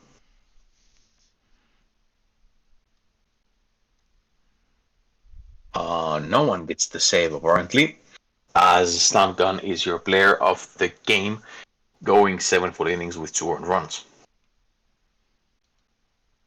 All right. Kingpins do have changes. Let me go ahead and swap over them real quick. Yes, my dog, stopper, 7th and close. Okay. We have non-specified avoid high leverage triple G, girl boss. Non-specified avoid high leverage none, with a pitch count of 0. Okay, I'll change that in a second. Perez is another one. And Kron is another one. Crony's already there, so that's good. Strategy for triple G. Pitch count to 0. With no limit, which makes no, which counterintuitive. And anchovy. Yeah, because strategy. Anchovy, regardless of adjust or override, add +2 to whatever it is right now to hook as starter. Hook as starter. Boop. Boop. There we go.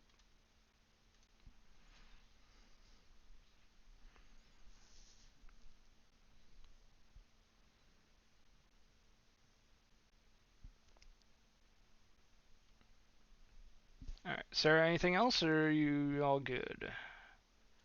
I think I saved, but just in case, I'll save again.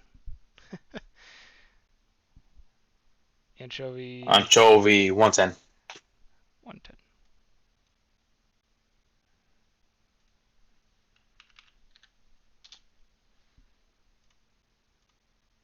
Okie dokie. 21 butters faced. Just to double check, girl boss at 0, anchovy at 110. Looks good. And 21 butters faced. Oh, okay. I missed it. Player strategy. Who? BF. Top of the list. Anchovy. Oh, 21 better space. Okay. 21 BF. Alright. Anything else, Sarah, or are you good?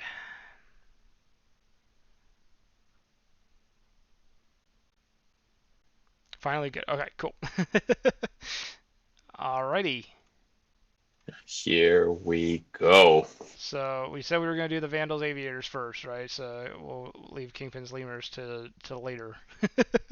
But I mean, we could finish the minors now that we started them. we could, dude. What do you want to do first? Paz, thank you for subscribing. Let's do the minors. Let's give them some Alright, early light. I mean, we've been doing them last, so Alright, Myers. let's give them the stage. Lemurs versus the Kingpins. The winner, if the Kingpins win this, they will move on to the World Series. Lemurs are down 3-1 in the series, and will need to win the next 3 games in order to advance to the World Series. So Lemurs Kingpins, Cap Space will be the pitcher for the Lemurs in game number 5 here, while I Love Anchovy will be the starting pitcher for the Chicago Kingpins. Any predictions here, Air Crew, on which team you think is going to take the win here? I think it's Chicago here. You think Chicago's going to take it? I think it's Chicago, yeah. All right, we will see if Chicago will be able to advance to the World Series. And we're going to get started right now with Air Crew taking us into game with the Chicago Kingpins. First up to bat against the Louisville. Oh, wait, we have a prediction. First plate appearance. Very quickly get your predictions in, out or no out, for the first plate appearance. I feel like, okay. So we're looking at Nate Brittles then. 282 average on the regular season. 823 OPS. Will they be the first out of the ball game, or will they get a base hit or a walk or reach on an error? Out versus no out for the first plate appearance. Everyone hurry up and predict. Running out of time. I'm hoping that they're going to end the prediction early. Cap Space will be on the mound for the Lemurs. 1-3 so far. 1-3 on the regular season with a 4.10 ERA. We'll see if they're able to take down the Chicago Kingpins bats, or if the Kingpins will reign supreme and moving right on into the World Series. Game number 5. Chicago leads the series 3-1. Air Crew's going to take us into game with the Kingpins bats. First up, here we go. Here we go. Cap Space on the mound, Friedles at the plate. And here we go, game number 5, Chicago at Louisville, and it is a walk, and there goes my 4,000 channel points. So, There it goes, down the drain. And that's out number 1 by Franzonello. As Raycard will follow suit out number 2. And Lanikai will send this one. Nope, that one is caught at the wall. It was just to make me lose my money. Quick 3 outs, 2, 3, 4. Down goes Chicago. Ryan James will start us off for the Lemurs. The DH will draw a walk against I Love Anchovy. Brandmil Osman, the second baseman, grounds that to the opposing second baseman, who throws on to first for out number 1. Ray Card taking care of that one. Banana and Boom will get on board with the base hit, and that will be an RBI as James comes around to score. Banana and Boom credited with a single, but advances to second on the throw. Hot Dog, the first baseman, grounds out to the third baseman, Copeland Jr. onto Lanikai. Taylor will get that one past the second baseman, and that's going to be another RBI as the Lemurs take a 2-0 lead here in the bottom of the first. Tony Yeboah with a fly ball into straightaway center field, easily tracked down by Shanahan. And that will end the inning, but the Lemurs strike first for 2 runs. They lead 2-0. On the second, here we go with Chicago. That one is a fly out by Sean S. Shanahan. As Randy Fast Track has a base hit right above the head of the first baseman. Alyssa Jacob, the right fielder, gets one high, but it's caught by the right fielder. That's out number 2. And Santiago Benito will ground up first, and the set will be quickly retired. Bottom of the second, here we go with Lemurs up to nothing. It's going to be Brister grounding out to the shortstop Fast Track for out number 1. Here's Sunazo the second. Right fielder's going to go down on strikes. It's going to be strikeout number 1 on the day for Anchovy. Fresca, Antonio Fresca, the shortstop, will fly that one out to center field. Easy grab for the center fielder Shanahan. And the Lemurs go quietly in this inning, 1-2-3 as we head to the top of the third, but they still lead 2-0.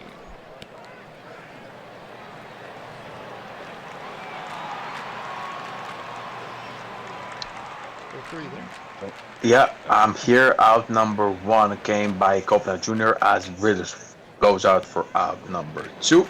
A check swing, it's called a strike against Franzonello for out number 8. Quick 1-2-3 by the Kingpins. That'll bring us to the bottom of the third. Ryan James will go down on strikes on the 1-2 pitch. Ostman, the second baseman, grounds that to the pitcher, who throws on to first for out number 2, and that will bring up Banana Boom, the catcher. Quick grounder to shortstop over to first, and a nice 1-2-3 inning for the Kingpins defense. And it's still 2-0 in favor of the Lemurs as we head to the top of the fourth. For the fourth, here we go as Hart draws a walk. Luigi Lanikai will fly out right at the winning arm of the center fielder as Shanahan draws a walk themselves. 2-1 with 1 out for Fast Track, and there's the double play to retire on the side. A 6-4-3 game retired the Pins. Bottom of the fourth, Lemurs looking to extend their lead in this inning. Hot Dog will start them off with a ground out. De'Aaron Taylor, fly ball into left center field, and Brittles is going to put the glove on it for out number 2. Tony Yeboah, the center fielder, will sky that to the Kingpins center fielder Shanahan, who makes a running catch to end the inning. Lemurs sent down in order, still 2-0 though in their favor. Of the fifth starts as the top of the fourth with a walk this time from Jacob. Benito, that's a drop. I think that's a drop for strike. That was a triple. What was that? It was a single, but the runner running to second was caught. Same here. Copeland gets first, but Benito is out at second. That's an error, and the runner advances from first to second. Now a single from Brindis will drive Copeland in and cut the lead to 1 run. Now a walk, 2-on-2 out by Franzonello as Hart comes up. Another walk. The bases are loaded for Luigi Lanikai. Let's see what they got here. As there's a change, and here's the conga line. The game is tied at 2 apiece with the bases remaining loaded against Vito Twanagi. And that one is gone. That one is gone. The Kingpins string 6 runs in a row and take the 4-run lead here at the top of the 5th. In some OTP generated drama, as Fast Track rounds out to first to retire the side, but the damage is already done. And this was looking good for the Lemurs all the way up until last inning. Quick fly out by Brister. Tsunaza the second will strike out. Kingpins just exploded for 6 runs in the top of this inning. And they are looking to punch their ticket to the World Series in this game. Fresco will ground out to first. That will end the 5th inning. So after 5, Chicago now leads 6-2 as they look to win their 4th game of the semis.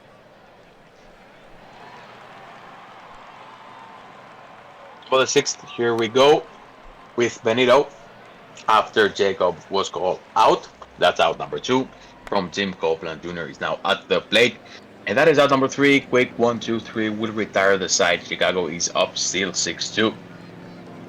Bottom of the 6th, Lemurs need to work on this comeback here. Ryan James will start them off, and that's a sliding catch in center field by Shanahan, holding on to the ball just barely. Brambo Osman will get a base hit into right field. That'll bring up Banana Boom. 1 out, runner on first, grounder to short, and no, they're not able to hold on to it. That could have been a double play ball, but Banana Boom gets credited with an infield single. No error on that play.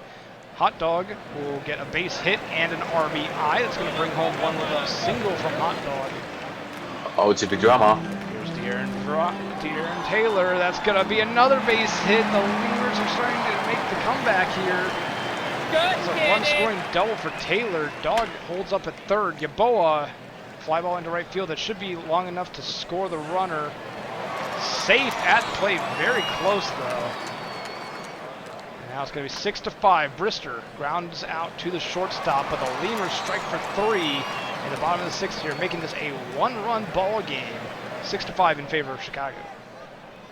3 innings to go. It's a 1-run game. As Nate Brillos has a base hit, it is a single. Bringing up Tony Frantonello as Drew McIntyre is now in, and there's the double play. Brillos and Frantonello are out for outs number 1 and number 2, and there's the ground out by Ray Hard. Louisville still chasing. It's a 1-run game. Here's the 7th inning stretch. And after the stretch, Tsunazo is going to bloop that one into left field. Oh my gosh, rounds first and gets thrown out at second. What was that play? Fresca is going to go down on strikes on 3 pitches. Here's Ryan James. Ryan James will draw a walk. I'll bring up Brandbill Ostman. Strikeout. That's strikeout number 2 for Jolene, my dog. Now we'll end the inning. We head to the top of the 8th. Chicago still leads by a run, 6-5.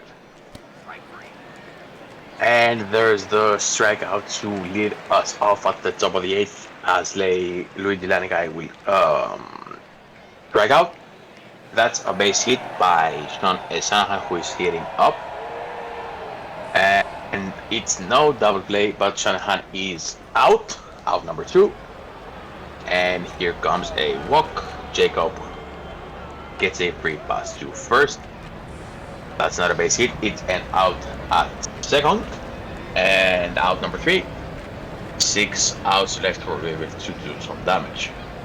Banana Boom will Banana Boom that into left field, but it will be caught at the wall by Nate Brittles. Just barely stays in the park. That could have tied the game if it had a little more on it. The Hot Dog will fly out, and De'Aaron Taylor will fly that into left center. Easy grab for Brittles. And that will end the 8th inning. Top of the 9th coming up. Chicago looking to extend their leads 6-5 currently here in Louisville. It looks like some OTP late game drama as Copeland will ground out to first. A swing and a miss by Nate Brittles for out number 2. Let's see what. As Fratonello will ground out, it's 6-5. 3 outs left for Louisville. It's their last chance here to stay in it. They need at least one run to keep their World Series hopes alive. Strikeout by Tony Yeboah. I'll bring up Brister. New pitcher Al Duggar enters the game against Terrell Brister. Down to third, over to first, in time for out number 2. It all comes down to Sunaza the second. Swinging a drive to center field that's going to be caught by the center fielder Shanahan. Chicago heads to the World Series 4-1 on the series in the semifinals, and they win this game 6-5, a narrow victory, but those 6 runs in the top of the 5th were all they needed to secure a spot in the World Series this coming Saturday. There's the line scores. The win will go to Anchovy, hold to My Dog, and save to Duggar. Kratt will get the loss on the side of Louisville. And the player of the game is going to be Sean S. Shanahan, as the Kingpins are World Series bound. And they will face off against either the State College Swifties or the Kansas City Hepcats. And we'll see which one that is as the night progresses. But we have another series that is awaiting us in the majors here, that being the Vancouver Vandals versus the Outer Banks Aviators. They've already let us know that changes are not needed, I should say. So we're already ready to head on into game number 5 here. Aircrew, Vandals are down 3-1 here. Aviators 1 game away from moving on to the World Series. I'm going to ask you for your prediction again. Who do you think is going to take this one? Considering I am 1-1, right? Mm-hmm. I don't think I want to make a prediction here, but if I have to, I am 1-1, and I was one dominant Chicago half inning from being 0-2. But I think that OBX is at home. They have the momentum, if you wanna say. So I think the series ends here. Alrighty. I think the series ends here, and it's another heartbreak for the Vandals. Well, if that is the case, then our streak of first streamed games ending the series for us will hold true. So far, we've only streamed 2 games, and they've both ended the series for those respective matchups. We had the Serpents and then the Kingpins both advance on the first streamed game, and will OBX do the same, or will we be able to see 2 streamed games at least of this series between the Vandals and the Aviators? We're about ready to head on into game. I will be taking us into game for this one with the Vancouver Vandals lineup against Cesar Azuaj, and we'll see Garrett Scudder on the mound for the Vancouver Vandals in the bottom halves of the innings. And here we go. We are headed on into game. Game number 5 of the Vandals Aviators Legends Conference Finals. We are starting off, with Stand Up, the left fielder from the Vandals. Aviators at home. We have the home field advantage here. Dump launches that into left field, already starting us off with a solo shot. And Vancouver's going to take an early 1-0 lead on the second pitch of the ball game. Richard Diamond is going to go down on strikes. And I'll bring up Reggie Shrub, the catcher. Hitting .219 in the playoffs so far. Grounding to first baseman. Anthony Rizzo takes care of that. Grounding to 2. Daniel Martinez base hit into left field. He's going to be safe at first with a single. Elwood Hayes now, the third baseman. Grounding to short, over to second for the fielder's choice. And that will retire the side. But Vancouver will score 1 on the solo shot by Stand Up to start us off. Bottom of the first, here we go with Anik at bat. Gets a single. Marcus Emerson is now 2 up, will fly out to the left. Ortega, the left fielder, who's having a solid series, will strike out. Swing it. Dustin Johnson will get a base hit in his single slider advances to second. As Nick Fielder will ground out to have the side retired. Vancouver is up 1-0 after 1. Top of the second, we'll see Styles Stern start us off with a ground out to base. Here's Dan King Jr., the first baseman. It's going to be strike 3 called on the outer half on the 2-2 pitch. Pilsudski, the right fielder, hitting 192 so far in the playoffs, and that cover 3 goes down. It's a foul tip, strike 3. As we head to the bottom of the second, Vancouver still leads 1-0. Bottom of the second, here we go with Cole Kim striking out looking. That's out number 1. Javier Brizo is now due up with swing and miss. Out number 2. Tsuyu Asui, the third baseman, with fly out to the right. That's a quick 1-2-3 for OBX, and the side is retired. 1-0 Vancouver. The center fielder will start us off with a pop fly to the second baseman. Ball takes care of that. Bring up, stand up the left fielder. Homer in the first. They will fly out to Dustin Johnson. More like a line out, actually. Here in the third. Richard Diamond grounds out, and the Nails go down 1-2-3. They still hold the 1-0 lead as we head to the bottom of the third. Bottom of the third, with baseball getting a single. The ball falling in the shallow center, and there's the double play. Snyder and Ball are out. And here's the tying home run by Marcus Emerson, 382 feet. I think that probably went to all the way to the Interlotto Pay Station. And Nadir Ortega will ground out to the first base. The game is tied after 3. Game tie right at the top of the fourth. Rivers trouble on strikes. Aside from that solo homer in the first inning, Suarez has been cruising so far. Daniel Martinez, the DH, will drop that one down in front of the center fielder for a base hit. Elwood Hayes, the third baseman, will go down on strikes. Now we have a runner on first with 2 outs for Styles Stern, the shortstop. The pickoff attempt, not in time. Daniel Martinez stays on first. But a fly out to left field will end the inning anyhow. As we head to the bottom of the fourth, OBX looking to take the lead for the first time this evening. OBX is up, the game is tied, and OBX is looking to take the lead, but Dustin Johnson will fly out to the left. That is out number 1. Nick Fielder will strike out swinging for out number 2. Cole King, batting 300 here in the playoffs, will ground out to the first baseman. It is a quick 1-2-3. The game is still tied. 1-1 tie. On the full count, Dan King Jr. will walk against Suarez in the top of the fifth. And that's a bunt. Pilsudski is out on the sacrifice, but King Jr. moves along. Scruff McGruff flies out to center field. King Jr. thought about tagging up and caught better of it.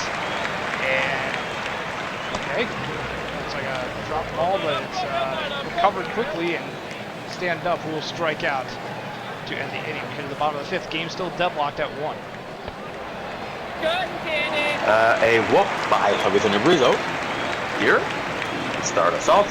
That is a wild pitch as Brizo advances to second. That one is hit hard at the wall. Brizo will go home, and Kasu will get a double.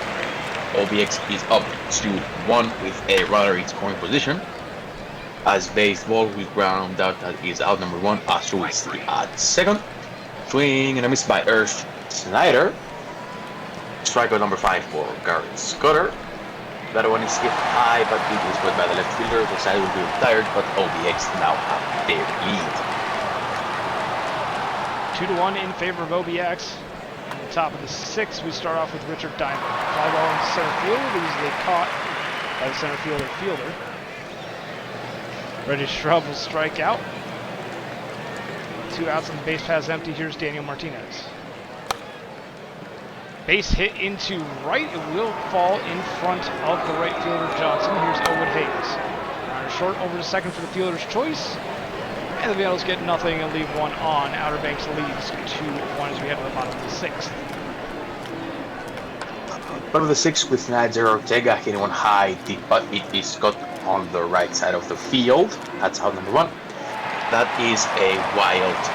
It's a swing and a miss, but it is a wild pitch. It's an out. They get him at first, and Fielder will strike out swinging. The Aviators go down in order. We're still up by 1. Styles Stern grounds out to your shortstop to go the first out of the 7th here. Here's Dan King Jr. A strikeout on the circle change by Assuage. Brings up Pilsudski. No one on, 2 outs. Becky Quinn now enters the game. And strikes out Pilsudski immediately on a 1-2 pitch. 1-2-3 go Vancouver as we head into the stretch. OBX still leads 2-1. Bottom of the 7th at the stretch as Kim will get a base hit. Runner at first for Rizzo, who's going to fly out. Kim will not tag to second. Out number 1 on the fly out. Basui hits one high, but it is caught right off the wall. Out number 2. Based ball will ground out to first, and the side will be retired. OBX still up by 1. Vandals have 6 outs. They need to get 1 run at least. Scruff and Gruff will start them off with a base hit into the left. Stand up. Bunt laid down by Duff. The sacrifice will move McGruff over, and here's Richard Diamond. Fly ball into center field. It will be caught by fielder. And runner remains in scoring position. And a shrub draws a walk, and that will bring up Daniel Martinez, the DH. First and second, 2 away from Martinez. Soft grounder to third, over to first, and that's going to end the 8th inning. And the top of the 8th, I should say. Bottom of the 8th coming right up with OBX leading 2-1. OBX is up 2-1 as Ursula Schneider will ground out to first. Here comes Marcus Emerson, who had the home run earlier. And that is a single by Emerson. Ortega swings and misses out number 2. 1 on, 2 out for Dusty Johnson. Johnson will strike out looking. The side would be retired. It's still 2-1 Vancouver. Vancouver is down to their last 3 outs. Last chance for the Vandals. We'll start off with Elwood Hayes. Ground ball second, over to first round number 1. Styles Stern the shortstop now. Strikes out. Vandals down to their last out. Here's Dan King Jr., the first baseman. 242 average in the postseason so far. And a strikeout. The Outer Banks Aviators are headed to the World Series for the first time since season 28. The Aviators will be facing off against the Sea Serpents on Saturday, so be sure to tune in to that as they take the conference finals 4-1 after the Vandals took game number 1. Assuage gets the win, Scudder the loss, Quinn gets the save. Good pitching all around, and good hitting from Outer Banks and Daniel Martinez pretty much, and stand up with the solo shot. The rest of the Vandals bats go quiet. Cesar Assuage will get the player of the game nod after that 6.2 inning start, giving up only 1 earned run. And that will do it for the majors. So we have only 1 series remaining. That being the Kansas City Hepcats and the State College Swifties. So we'll go ahead and save the game and advance the day. And hopefully the World Series doesn't show up for the majors before the... Okay, so they tomorrow. Is that going to be a problem? It might be. We might have to delete some games. Enoch? Are you there, Enoch? Sarah? Sarah? Sarah, yeah. I mean, we might have to, because, like, this is a travel day and the next game is on the same day. So, like, even if we play this game, is that going to be a problem if the... Because the majors would have to delay the schedule. I have to make sure the World Series is delayed, yeah. Hold on, I got a lot of pings, hold on. Let's see if any of these are... Okay, so that's changes.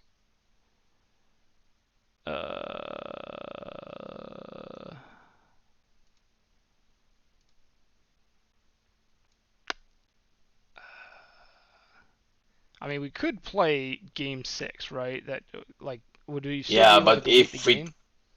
goes to Game 7, you would have to delete the game. Yeah, but if I play Game 6, are we still able to delete the game that's on this day and like, move it later? I don't know. I am the wrong person to ask about that. So we need either Sarah or Enoch.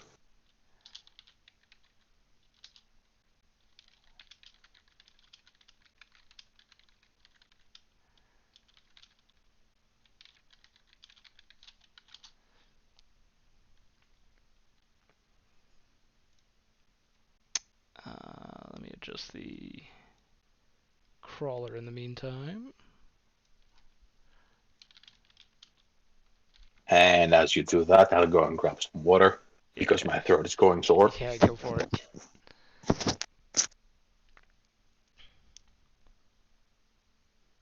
Delete World Series, give OBX and Seattle 0.5 World Series titles.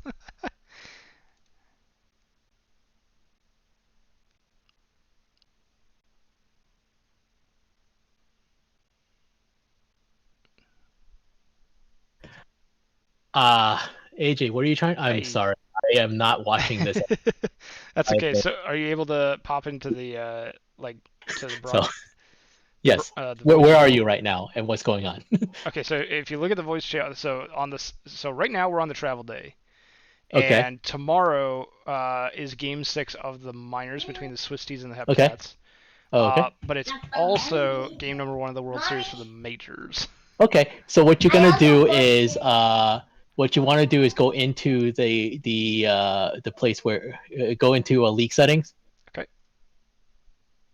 PBE league settings, and you're gonna go to options. No. It's right there under Options. online league. It's literally under online league tab. Yeah, I have the options. Yeah. Okay. Edit league schedule. Edit league schedule. Okay. Go to today. So you're gonna go to today. And then Well, go one. yeah, just go to today and obviously go. So there's a majors, right? So you yeah, be careful because that check mark is right next to it. You could delete this game. You could probably delete the first 2 games. So you're gonna delete this game Okay. Delete. And then and just advance. delete game and 2 as delete. well. Okay. Yeah, the next day, just delete those 2 and you'll be fine. Okay. So We'll take care of. you'll address the fact that they're started. Yeah, I Okay. have to push all those games back anyways, but don't delete the whole thing. It'll screw up the whole thing if you do. Okay. So. All right. Well, looks like we should be good then. So we have State College Swifties versus the Hepcats the next All right. 2 days, and then You should be fine. nothing Good on the luck. major schedule. All right. Thank you. Thank you. All right. So that will bring us then to game number 6. We'll go ahead and finish off the day and then save. No games for the majors. That's good. And we have game number 6 for the minors. We'll go ahead and save. And then we do have changes as well in the playoff server. So let me go ahead and check that real quick. Start off with the Kansas City Hepcats, who have lineups changes. For both, they want Lauren, then Poppy, then Schmidt, then Vita, then Shia, then Gunk, then Skumina, then Okio, then McMagic. Okay, Jackson, Poppy, Schmidt, Vita, Miss, Gunk, Holkavada, Okio, Magic. Okay. That is the Game 6 lineup set for you, Mike. Let me know if you need any other changes or if I made a mistake or something. Swifties want a stamina check, so we will oblige. We have Stun Gun at 26. Ness at 58. Crunk Jr. at 62.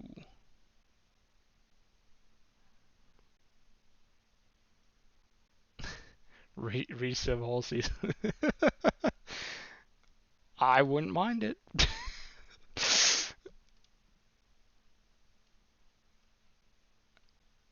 All right, Swifties, Hepcats. Any other changes?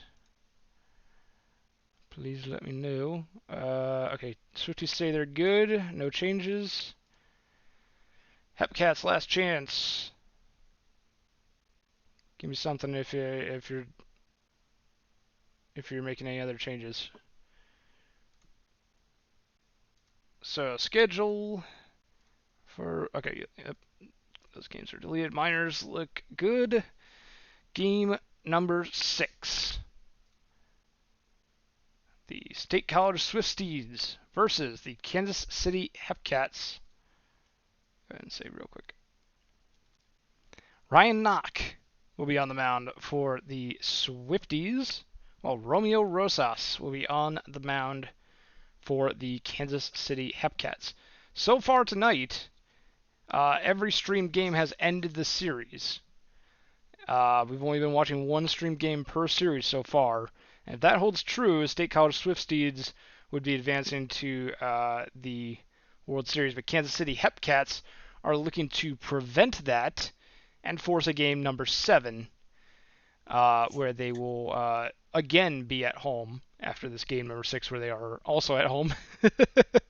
So we'll see if the Kansas City Hepcats can force a game 7, or if the State College Swifties will advance directly to the World Series without passing go or collecting $200. Air Crew, do you have a prediction for this one?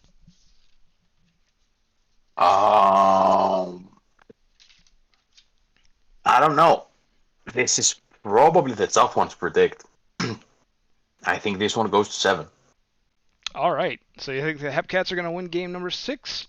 I think it's a Hepcats win here, Okay.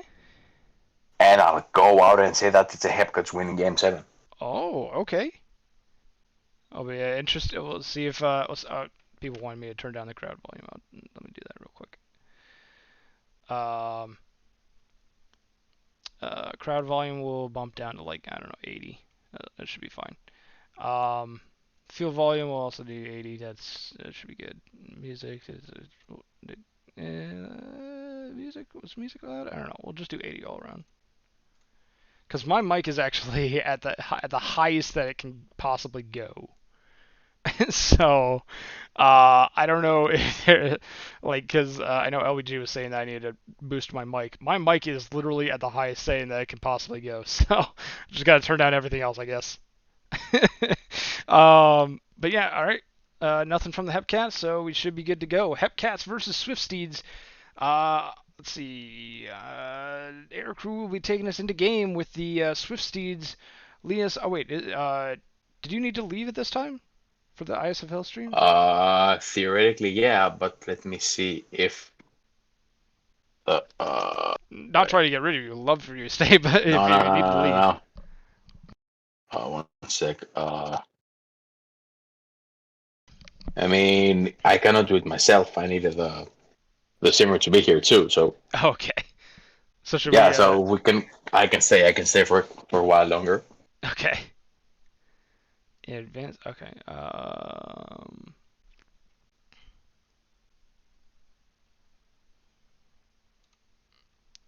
All right. So I think we are all set to go then. Let's see. Let's see if I can bump my mic above 100%. We'll see if that. Let's see if that changes it. There we go. That's now at 110%. All right. And I'm already seemingly blowing out my Okay, mic. yeah, I have to bounce. My guide's Oh, here. okay. All right. Thank you for having me. Good luck with the next 2 games, and I'll see you guys around. Thank you for joining us tonight. All right. Take care, Air Crew. Thank you very much for co-hosting, and have fun with the ISFL stream. So that will bring us then to game number 6. Just me then for the remaining 1 or 2 games. But the Kansas City Hepcats will be looking. Oh, Hummus is hopping in. Okay, Hummus. Hummus just messaged me saying that he's hopping in.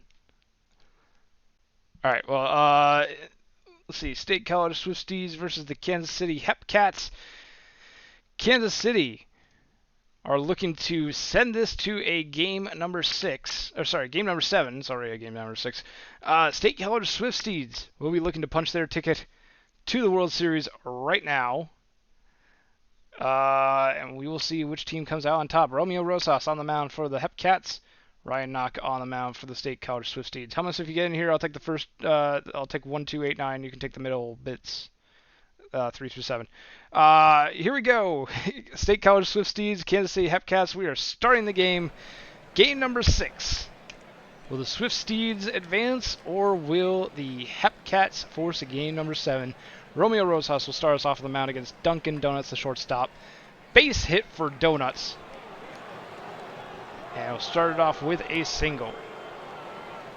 Maple Dog with the left fielder goes down on strikes, and they'll bring up Okada Khan, the third baseman.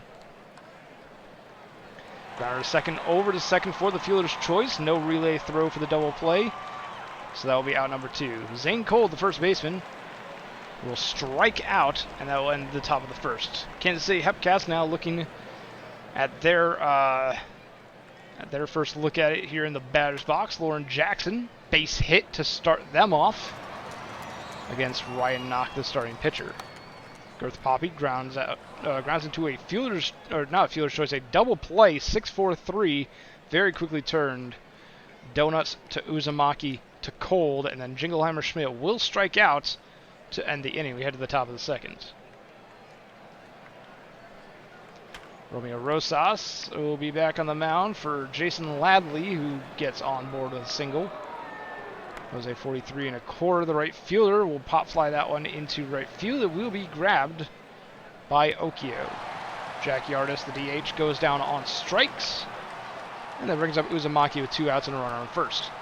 Strikeout, 4 Ks now for Rosas after 2 innings, as the Swift Steeds get nothing on 1 hit. Still no score here in Kansas City as we head to the bottom of the second. Fly ball into right field will land in front of 43 1/4. That'll be a single for Vita. Shia missed the second baseman. Will get on board as well with a single. And here's Tony Gunk Jr. Fly ball into center field, easily grabbed. That was first and second with 1 out for Skumina Holcavato. Drive into right center field, 1 hopper off the wall. That's going to be a triple for Skumina Holcavato. Brings home 2 runs. Kansas City takes a 2-0 lead. Okio will fly out into center field, but Holcavato will tag and score. It is now 3-0 in favor of the Hepcats. Excuse me, Xavier McMagic will get on board with a single into straightaway center field. And here's Jackson grounding out to second base. Kansas City with a 3-run inning. They strike early and they strike fast against Ryan Knock. We head to the top of the third, 3-0 Hepcats. Gunderson will start us off with Swift Steeds with a fly out into right field. Here's Dunkin' Donuts now, and that's going to be a strikeout, number 5 on the day for Rosas. Maple Dog with the left fielder. Pop fly, second baseman under it, and will make the catch. No runs, hits, or errors, nobody left on base. Kansas City still leads 3-0 as we head to the bottom of the third. Will they be able to add to that total? Girth Poppy will start them off on the right foot with a single into left field. Schmidt, the first baseman, will ground that to the shortstop, and they hold on to it. No throw. And Jingleheimer Schmidt will get a base hit, an infield single. Vita gets a base hit as well. That one all the way to the wall. It's going to be an RBI double for Casey Vita. And Hepcats extend their lead 4-0 now. Another base hit. This one by Shia Miss will bring home another run. 5-0 Kansas City Hepcats. And they are just piling on the hits now. They just won't stop. Tony Gunk Jr. strikes out finally for the first out of the inning. Here's Holcavato. Grounder shortstop over to first for the out. But a run does come home. And that brings up Pentagon Okio. Neuromantics enters the game. Fly ball into right field will fall just shy of the wall. And Okio is going to bring in another 7-0 Hepcats in the third. Xavier McMagic will fly out to end the inning, but the damage has been done. 4 runs added to the total. Hepcats leads 7-0. Okada Khan, the third baseman, skies that into right. Easy grab by Okio. Zane Cold drive to right center. It's gone! First run of the game for the Swift Steeds. And it comes on the back of a solo shot by Zane Cold, the first baseman. Their 4th home run of the playoffs and their 10th RBI. Jason Ladley will ground that to third, over to first for out number 2. 43 1/4, the right fielder will ground that to second base on to first for out number 3. Solo shot by Zane Cold puts the Swift Steeds on the board, but they got a lot of ground to make up. 7-1 Hepcats. Bottom of the 4th now, Lauren Jackson will start them off with a ground out. Girth Poppy now, the DH, will follow suit with a ground out of their own. Here's John Jacob Jingleheimer Schmidt, the first baseman. And 3 quick ground outs means Kansas City goes down in order 1, 2, 3. We get to the top of the 5th. Kansas City still leads by 6. We'll see if the Swifties can put some further dent into this lead that the Hepcats have. Quick pop fly out, easily caught. And Uzumaki will ground out for out number 2. Loki Gunderson, the center fielder. Grounder to short, over to first. Not in time, an infield hit for Loki Gunderson. Dunkin' Donuts against the new pitcher W.D. Jecker. And Donuts will ground out to end the inning. Bottom of the 5th coming up, 7-1, still Hepcats. Casey Vito with a base hit. And the Hepcats, after taking a break in the 4th, are right back here in the 5th with a leadoff triple for Casey Vita. Shy and miss will go down on strikes, and here's Tony Gunk Jr., the center fielder. Hepcats just looking for some contact to get Vita home, and that should do it. Gunk Jr. with a deep fly ball. It should be deep enough. Tag at the plate, safe. Closer than expected, but Vita will score. It's now 8-1 as the Hepcats take their 7-run lead right back. Oh, an error. That throw was off the mark. That's going to be an error against State College. And Holcavado's on board. Okio will draw a walk to advance Holcavado right over to second. Xavier McMagic, the catcher, will face Jebediah Crunk Jr., the new pitcher. And it's going to be a fielder's choice grounded into by McMagic to end the inning. Top of the 6th, State College facing down a 7-run lead once again. Grounder back to the pitcher on first for out number 1. Here's Okada Khan. And the throw on to Jingleheimer Schmidt is in time for out number 2. Zane Cold will draw a walk against Jecker. Ladley, not quite at 43 1/4 yet. Ladley will fly out to center field, and State College only get the 1 walk as the side is retired. Bottom of the 6th now, Kansas City. We'll see Lauren Jackson head back to the bench very quickly with a strikeout. Girth Poppy will draw a walk against Jebediah Crunk Jr. Trey Taylor enters the game now. Left-handed pitcher. And immediately gets Schmidt to fly out to left field. Casey Vita now, the left fielder, is going to get the one past the first baseman. Now you have first and third for the Hepcats. 2 outs, here's miss. And Shia Miss will fly that one out. First baseman Zane Cole will take care of that. That's out number 3. As we head to the 7th, the last third of the game, KC still leads by 7 runs, and a quick line out by 43 1/4 right to Holcavado will be the first out of this inning. Yardis will fly out to left, and here comes Uzumaki. Uzumaki over 2 on the ball game. And it's going to be 0 for 3 with a quick fly out to Okio. State College goes down in order. Score remains 8-1. It's time for the stretch as we head to the bottom of the 7th. Trey Taylor back on the mound against Tony Gunk, who is 0 for 2 today with an RBI. Walk drawn against Taylor. Now here's Holcavado. 1 for 3 with 3 RBIs. Make that 1 for 4 with 3 RBIs as they fly out to right field. Okio will fly out as well. It's going to be out number 2, and that will bring up Xavier McMagic. Line drive right to Gunderson, and that's going to end the inning and leave a runner on. Top of the 8th now. Kansas City leads 8-1. You got to think that the Swifties are going to want to get some runs here and not leave it all to the 9th.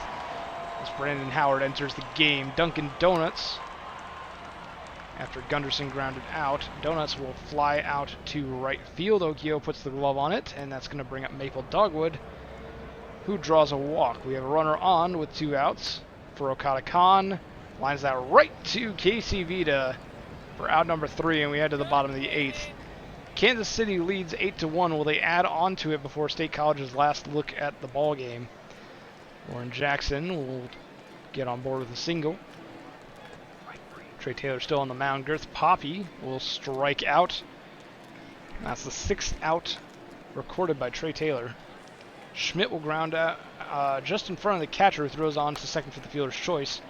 And a bloop single by Casey Vita makes his first and second. I thought I saw it say Casey Vita tied a minor league playoff record. We'll have to check that out in the box score in a little bit. A shy miss will fly out to left field, and that's going to end the inning. Top of the 9th, State College Swifties need 7 runs before they get recorded 3 outs. in order to send this game to extras, and they already have one courtesy of the strikeout by Zane Cold against Brandon Howard. Jason Ladley will get the better of Howard at the walk on a 3-1 count. 43 and a quarter. Base hit for 43 and a quarter. And now we have first and second with one away. Yardis will face definitely not Kevin Choate, the new pitcher. Base hit for Yardis. That's going to bring home a run. RBI double for Yardis. Brings home one and advances 43 and a quarter to third. Grounder short over to first. That's going to be out number 2. They did bring home another run. Now they're down to their last out. 5 runs back. Oki Gunderson grounds it to first, and there will be a game number 7 as the Hepcats force a deciding game against the State College Swifties. We are going to game number 7 as the Hepcats win this one 8-3. They struck fast and they struck a lot in the second and the third inning for 7 runs over those 2 innings, and that was really all they needed. They added another run in the 5th, but that was all that they needed. The win goes to Jecker, loss goes to Knock on the start. Casey Vita is the player of the game and ties the minor league playoff game record for hits with 5, going 5 for 5 with 3 runs and an RBI. So congratulations to Casey Vita for those 5 hits. And hello, Hummus. Hello. I went off mute to crack my voice. How are you? I'm doing all right. How about yourself? I'm doing fantastic. Appreciate you letting me crash the party. I love how Slothface had one entrance, but you're watching on mute. What the heck? How'd you know I was here? He's a sneaky one, Slothface. Am I loud? I must be too loud. You were a little bit loud. I turned you down a little bit, but you're also kind of echoey a little bit. But I think that's here. I turned you down a little bit more. Let me turn myself down.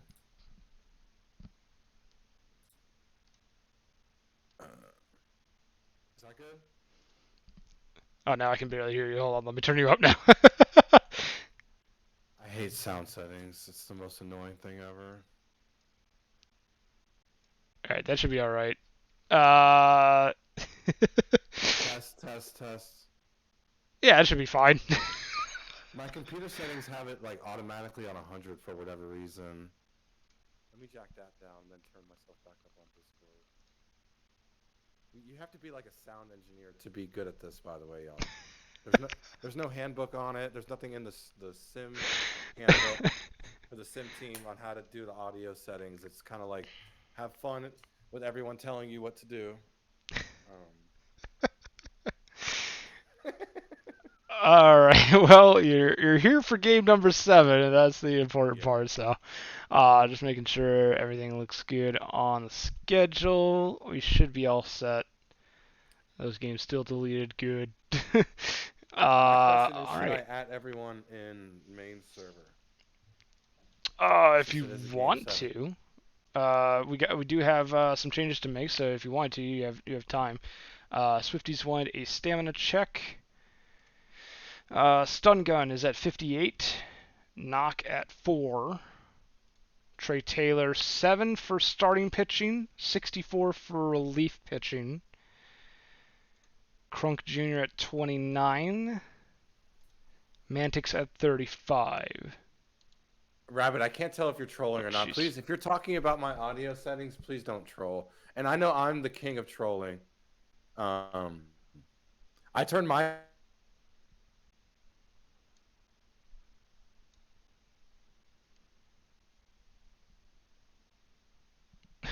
You still there? Is like audio thing. Sorry, we cut out there because my internet is freaking out. It's because I joined. No, thank you, Dynamic. I appreciate it. No, I'm just asking not to troll because I know I like to troll. So it wasn't a knock on any of you guys. It's more of like me having to look in the mirror and maybe I should troll less in my day-to-day. All right, I appreciate it. Thank you, Dynamic. It's weird. It's wild All because we're both adjusting sound settings as well. So it's like one of us, like you turn yourself up, and then all of a sudden you're blasting my eardrums out, and the next second I can't hear you. It's like, what is happening? Like I can't. All right. Okay. We're both working hard. We're both trying our best. One current HO member, one former HO member. You would think combined we'd figure this out. I'm just going to do it. You know what? I have the power. We're going to add everyone. It's game 7. Alright, this is stun gun to stopper, 7th or later high. Okay, they would want to bring it down to a 2-man rotation with stun gun in the bullpen. Stun gun to stopper,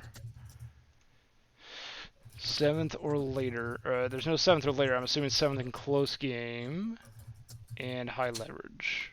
Crunk Jr. to non-specified, avoid high leverage. Okay. And the message is game 7 is happening now. Swifties versus Hepcats. Winner advances to the World Series. Does it get any better than this? And people are still going to complain about the ping. We'll see. I doubt it. I'll complain about the ping. People like baseball. Go back to 6th or later, secondary closer. Okay. Does that look good, Swifties? Let me know if you need more changes, but right now we have... Let's go ahead and save real quick so we can see. So, stun gun is at stopper, 7th and close, high leverage. Baxter setup, 6th or later closer. For non-specified, avoid high leverage, we remove Mantix and Crunk Jr. there. They said, I think we're good. Alright. Hepcats say no changes.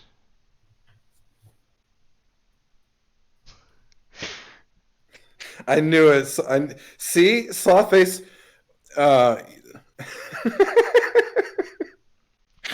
This is what I'm saying. You are an influence on me.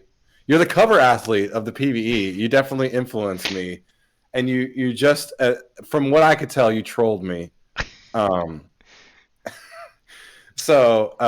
Boy, I wish I was a cover athlete. Okay, we're good. Alright, so I think we're all good then. Swifty said they're good. Hepcat said no changes. So, game number 7. Let me update the crawler real quick, because I highly doubt that I did that. Yeah, I didn't do it. Okay. Alright, so, it all comes down to this. Parker Ness on the mound for the Swifties. Ike Sampson on the mound for the Hepcats. This is the first series that we're actually watching more than one streamed game. It's kind of wild. So, Hummus, looking at these two teams, do you have a prediction? Who's going to win game number 7? Do the Hepcats have the momentum, or are the Swifties going to strike back for game number 7 and advance to the World Series to take on the Chicago Kingpins? Well, it's actually funny. This is me versus my wife, but in the minor league version, she was a Hepcat, I was a Swiftie.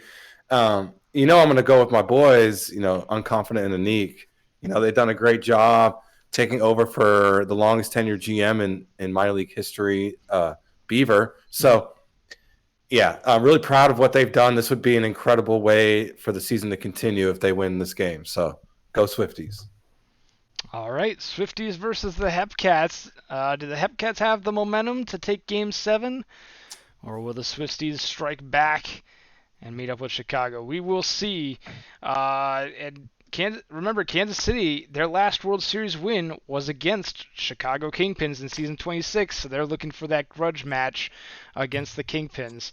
We'll see if they get the opportunity to get there, or will the State College Swifties take game number 7. My secondary monitor just cut out. I freaked out for a second, but I think we're good. It just came back. So, game number 7. Which one do you want to take? The Swifties or the Hepcats? I'll take Swifties. Okay. All right. Bring us on into game, Hummus. Let's do it. Here we go. Dunkin' Donuts. A Master Sheep's new player. I think that's going to be a leadoff home run to start us off. That's a really nice way to get into Game 7 is with a solo shot from the leadoff hitter. First homer of the postseason for Dunkin' Donuts. Doesn't get much better than that as a start. Maple Dogwood Obviously, Dogwood Maple's new player. That's a fly out. Khan with a ground out. And now Cole. Cole will start off hot with a single. So we got 1 on, 2 out for Ladley, who pops one up and pops out to right. Swifties jump out on top 1-0. We'll go bottom of the first. It's going to be Lauren Jackson first up against Parker Ness. Jackson, the shortstop. 8 for 25 so far in the playoffs. And we'll quickly ground out to the shortstop. Girth Poppy now will do exactly the same. That'll bring up John Jacob Jingleheimer Schmidt. Fly ball into straightaway center field. Easy grab for Loki Gunderson. And a 1-2-3 goes Kansas City. We head to the top of the second, 1-0 State College.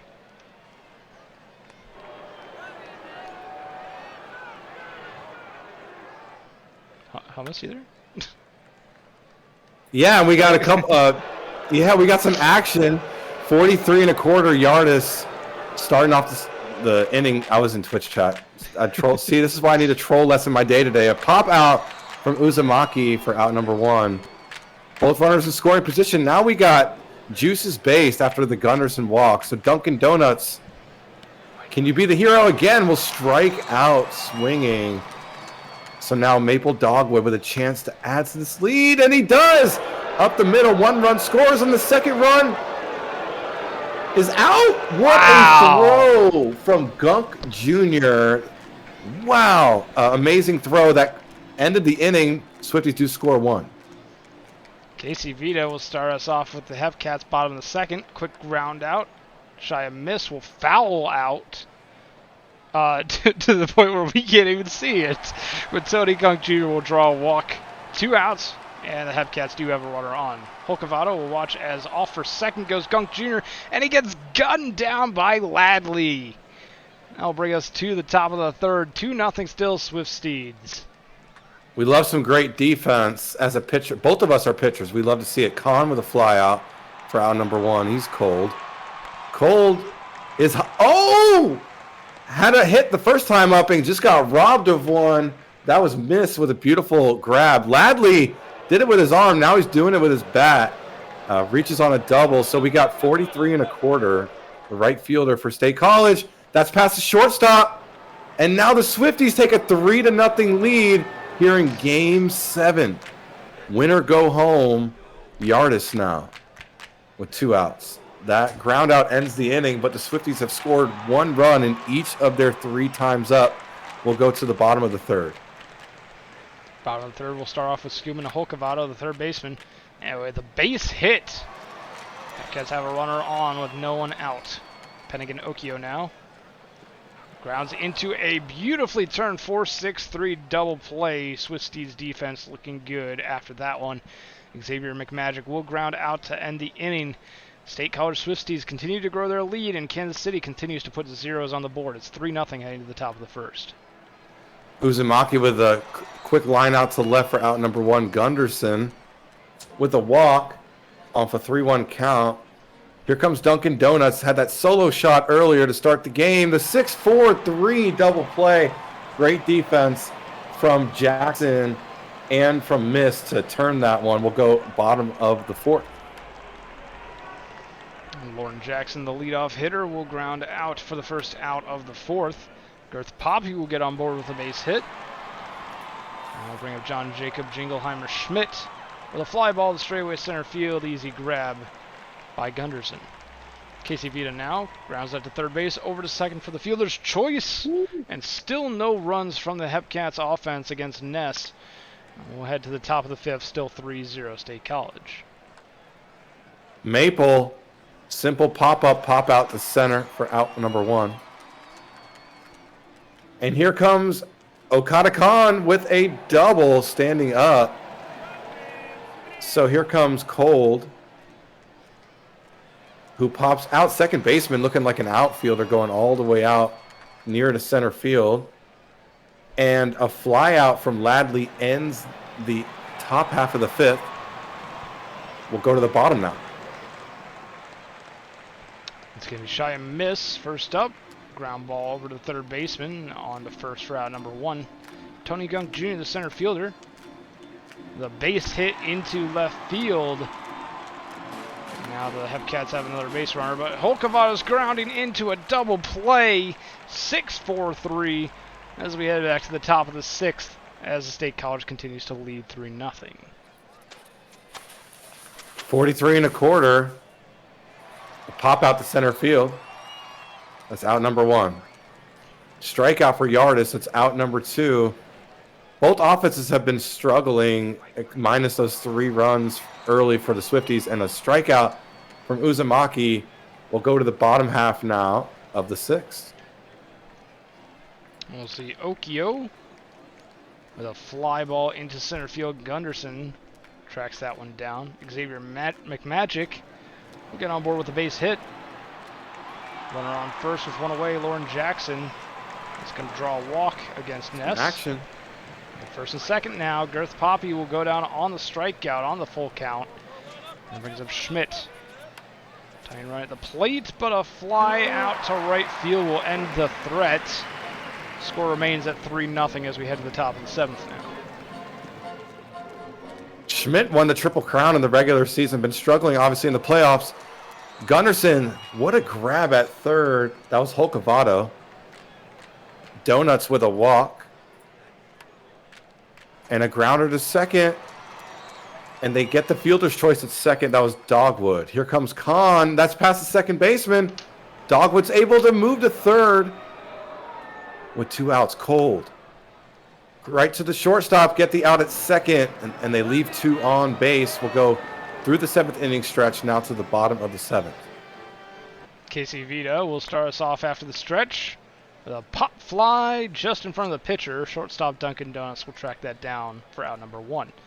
Shy Miss is going to get on board with a single infield hit, but the infield hit winds up. I said infield hit, but that was weird. Deep drive to center field. Tony Gunk Jr. 2-run bomb, and suddenly this game is within 1 run. A 3-run lead by the Swifties has been cut down to just 1-run lead by the Hepcats. Skumina Holkavado will ground out to second. Here's Pennigan Okio against Willow Baxter. That's going to be a strikeout called. 2 runs on the 2-run bomb by Gunk Jr. as we head to the top of the 8th. State College leads by a run. Here comes Ladley. Can they beat the throw? There won't even be one. Great piece of hitting by Ladley. Infield single. 43 and a corner goes down on strikes. Yardis with 1 on, 1 out. The 4-6-3 double play. The Hepcats defense has shown up big tonight. Offense needs to score 1 more run to tie it up here in the bottom. Bottom of the 8th, Xavier McMagic will fly that one right to Maple Dogwood for out number 1. Lauren Jackson is going to ground it to the second baseman. Uzumaki takes care of it. And now Girth Poppy with a fly ball into left field. That's going to be caught by Dogwood. That will end the inning. Kansas City will need the bottom of the 9th as we head to the top of the inning. Last chance to add some runs for the Swifties. Uzumaki with an infield single.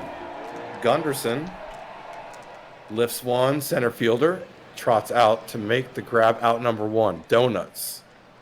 6-4-3 double play, and they just continue to end innings with double plays. Last chance now for Kansas City, bottom of the 9th in Game 7.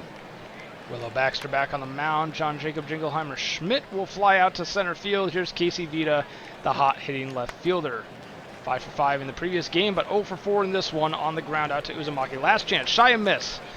Sliding catch by Uzumaki, and that is going to end it. Swifties advance to the World Series for the first time since season 21, I believe.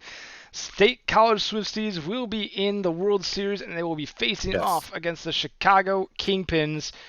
3-2 is the final on the game. 4-3 the final on the series. And there's your line scores. Win goes to Ness. Save goes to Baxter. Sampson takes the loss. And the player of the game will be Parker Ness on that excellent day on the mound. State College Swifties, for the first time since season 21, will see the World Series once again. And that ends What a game. it absolutely was a good game. Very close. Hepcats made it a close one near the end there, but just barely came up short. So that is actually going to end our stream for the night after the upload, of course. But we are prepped and ready for Saturday. Do alumni get rings when the minor league team wins a championship? Asking for a friend. If it does, I want my Bears ring from a couple seasons ago. No, but seriously, while we get the upload going here, let's actually first we'll save and we'll check out the series MVP. I forgot about that. Let's do that first. Semifinal series MVP for the State College Swifties versus the Louisville Lemurs is going to be Jason Ladley, who goes 11 for 25 with a 440 average on the series. Congratulations to Jason Ladley. For the Lemurs Kingpins, the series MVP is going to be Sean S. Shanahan, going 10 for 18 on the series, 556 average. And for the majors, Seattle Sea Serpents, Cody Cochin is going to be the series MVP, 7 for 15, average of 467. And for the Outer Banks Aviators versus the Vancouver Vandals, series MVP is Havithani Brizzo, goes 8 for 17 with a 471 average. So congratulations to those 4 players for being named the series MVP. And now we will start the upload. I think I saved, but just in case I'll save again. But that is going to do it. So we have our 4 teams for the 2 World Series on Saturday. Seattle versus OBX. I believe that should be, if I'm not mistaken, is that the first time that these 2 teams have matched up in the World Series? It looks like, yeah, Seattle has faced the Sloths, the Crabs, the Sloths again, and then the Crabs again. So they will be facing the Aviators for the first time in the World Series. While Aviators most recently faced the Demons, Apex, and the Apex again. So that will be the first time that these 2 teams have matched up in the World Series.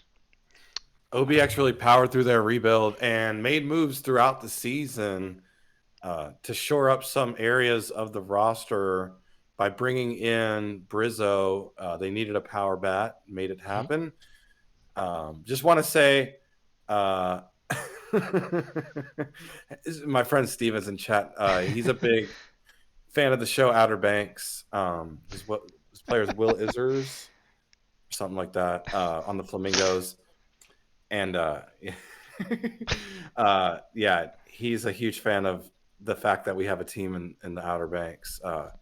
Anyways, yeah, so just want to say to the teams that didn't move on tonight, Vandals, our teams, AJ,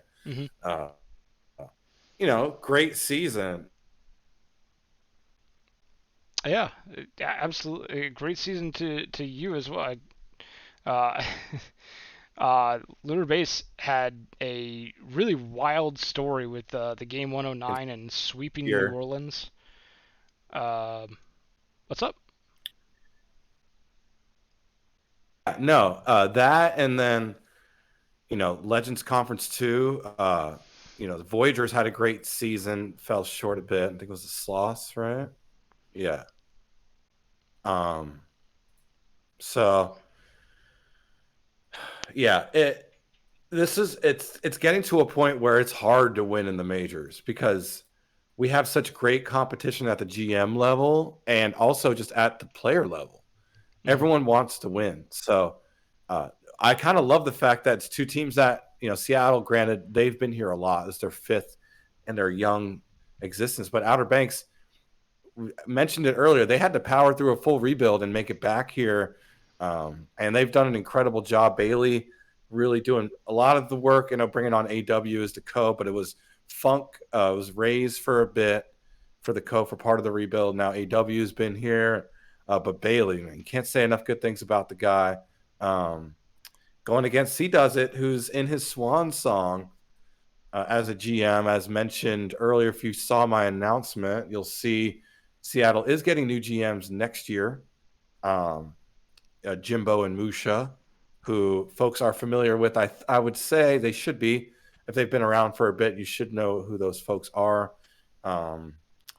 And yeah, excited to see what they can do. They've done it together at the minor league level in the late Mounties, early Flamingo days, if you remember correctly. And now they get to do it again. They're back together again, but at the majors level. So a team where they're finishing out a rebuild and they're pretty much done with the rebuild because they're in the World Series. You got another team where their GM is ending this chapter at the end of the season. Which will it be? Will it be the team that's on the rise, that's ready to compete and take their first World Series in their new era? Or is it going to be C does it on his way out, saying goodbye with a championship? It's going to be fun. Yeah, it will be an interesting matchup between those two teams. And then we have the State College Swifties facing off against Chicago for the Miners World Series. And that is going to be a fun one as well. State College just coming off of a very close Game 7. While Chicago looked dominant in their semifinals, only dropping one game to the Louisville Lemurs, winning the series 4-1. So we'll see if Chicago can continue their dominance or if State College Swifties can continue the momentum. We'll see what happens with that one as well. Let me see if I can find the stream times for those two. I don't know if they're official yet. Should be 2:00 and 6:00. It doesn't look like the Majors World Series has an official time yet, but you will be seeing LBG at 2 p.m. Eastern Standard Time on Saturday, this coming Saturday, March 18th, 2 p.m. For the Miners World Series. And then later on in the evening, Sarah will be bringing us the Majors World Series with Reno and Hummus, apparently, according to the schedule sheet. Yeah, well, yeah, I'll be there. I have a friend visiting who I think he has a Twitch. We all successfully convinced Will Nuthers to join, and I helped him this past weekend. We did a screen share call.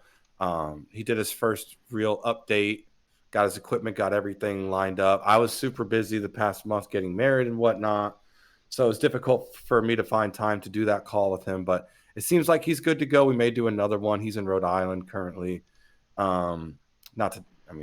Saying a state, granted, it's the smallest state, but I think I'm okay with sharing that. And then I have a friend named John who's coming up to visit this weekend. Maybe get the community to help convince him to join. He just said, "Don't say my location." Well, too late. And so, yeah, it'd be fun to get him in. I've been talking to him about this, obviously, for the past 4 years since I've been doing this. So he'll be here at home with me. Obviously, my wife will be competing in the World Series. So they made the World Series when she was in her last year in the minors. They didn't make it last year. Now they're in it. I mean, the Pro Seattle experience. Someone said that after the cover athletes were both Arya and Slothface. And now the cover athletes have a chance to take home a ring. So they'll have the World Series championship banner, and they'll have both the cover athlete, which we're voting on right now in HO, the graphics for those. Also kept saying Will's name like is hers instead of is hers. Yeah, I guess your player's name is Will is hers. It's going to take a while for folks to get used to that. You just got to be in chat correcting them. We're pretty good about being on the ball with folks correcting pronunciations. But who do you got? Let's hear some hot takes from AJ Chaos Mod. Let's start with the minors. You got Swifties, Kingpins. You got Swifties who haven't been to the World Series in like 100 years, and the Kingpins who 17 seasons to be exact. Same thing. Kingpins have been consistently one of the top teams in the league for a while.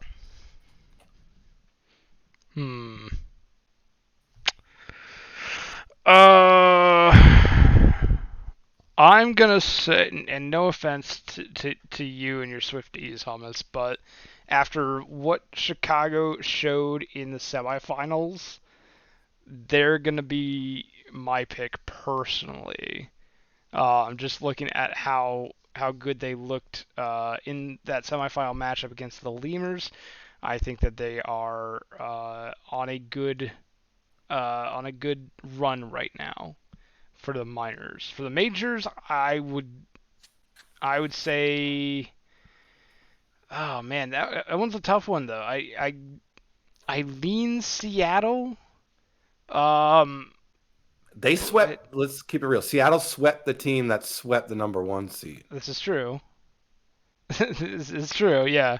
I lean Seattle just I based on like my just personal thoughts about how the teams have been playing in the regular season. Seattle makes me think that they would be a tough team to beat.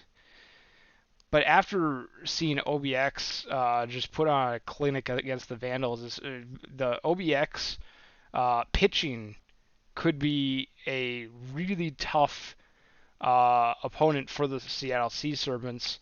So I'll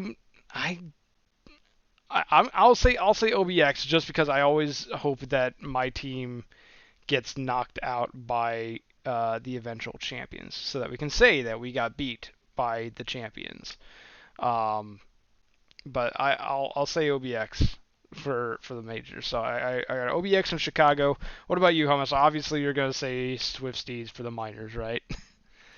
Well, let's put things in perspective. Kingpins looked great, but both the Hepcats and Kingpins had a bye going into tonight, the top two seeds out of the minor leagues. Mhm. And obviously they delivered, good for them. But you had a team, the Swifties, take down the number one seed who was on a bye. Granted, it took 7 games, but they still showed they're coming off their own first round series. They had to play.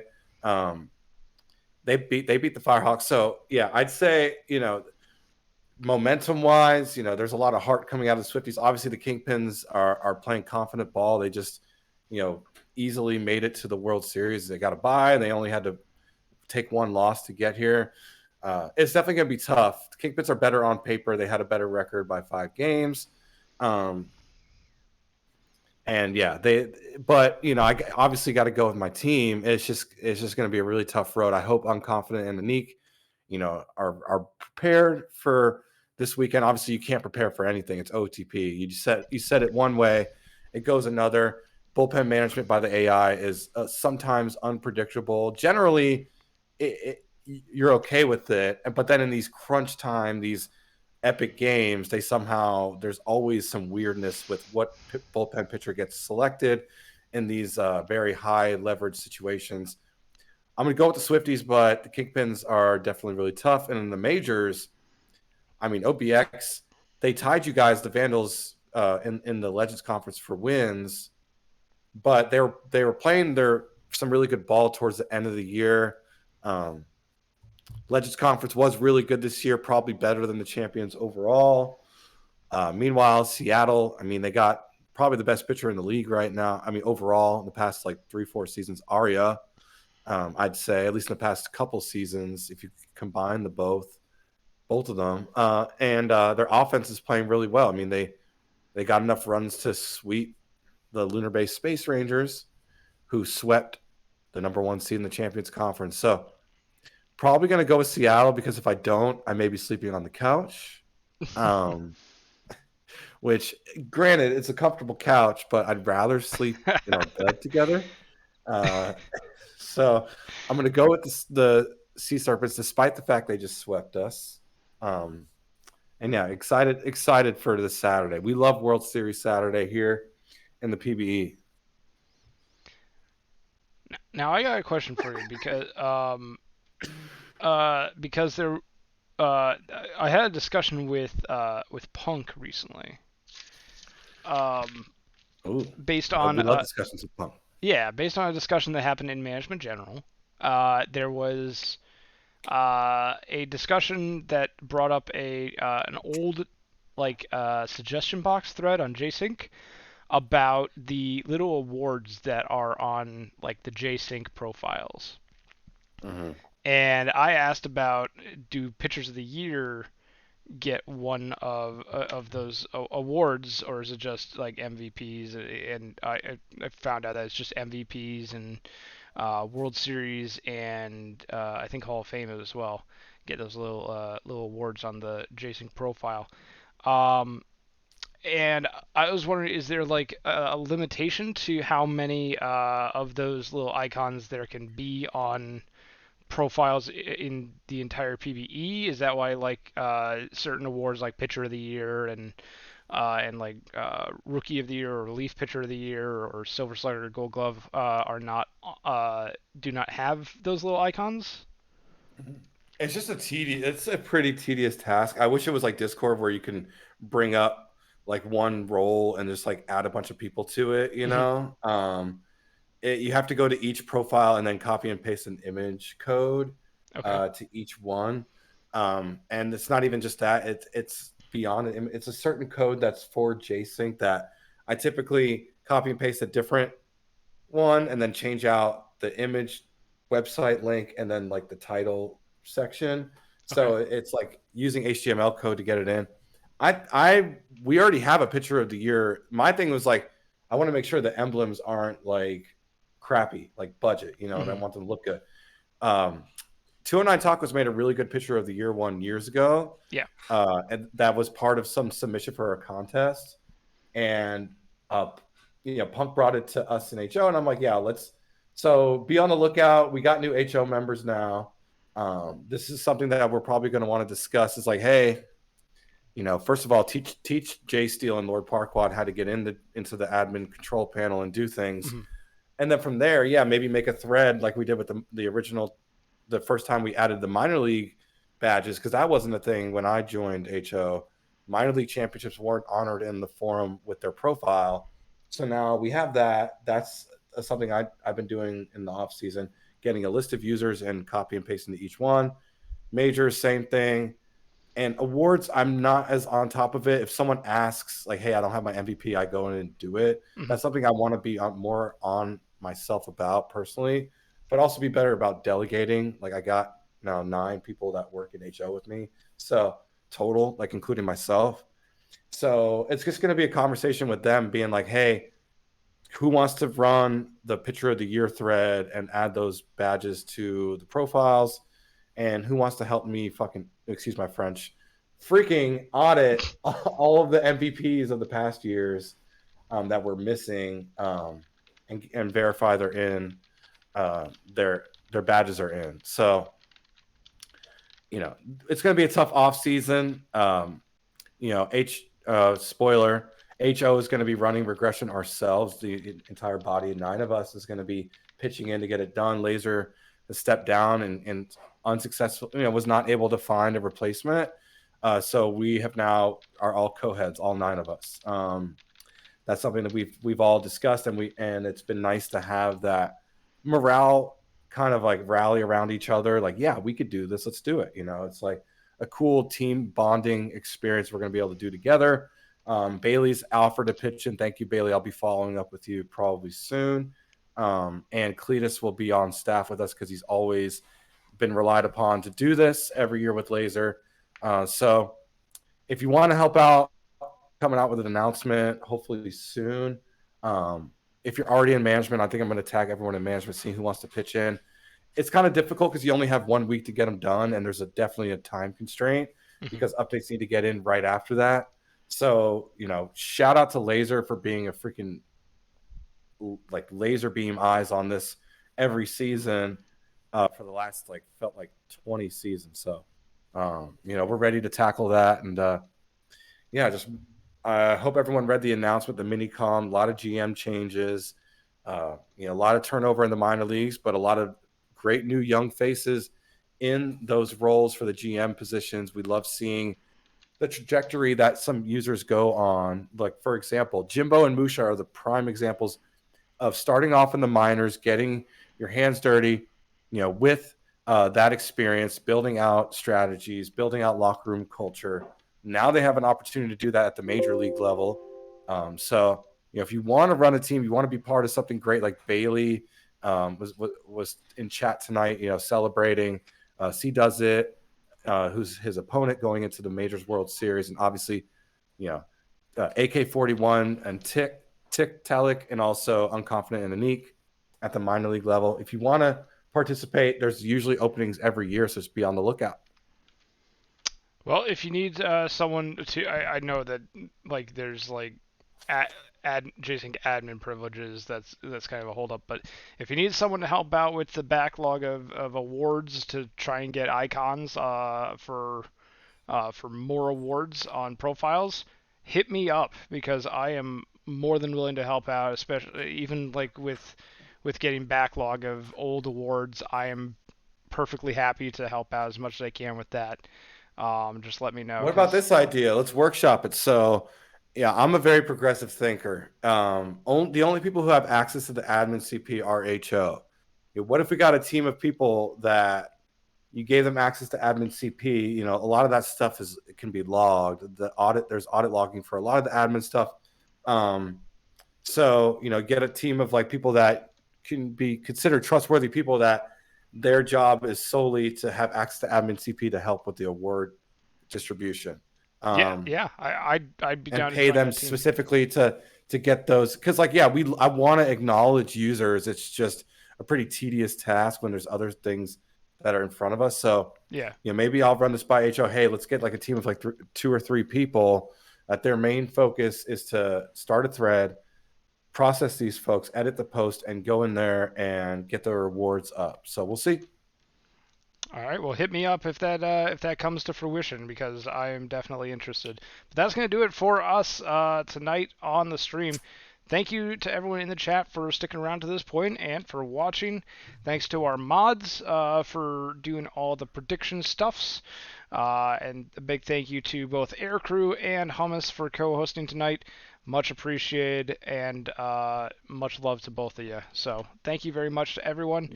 And tune in on Saturday for both the minors and the majors World Series streams. We will see you then. Take care, everybody. Love you guys. Have a good night. See you Saturday.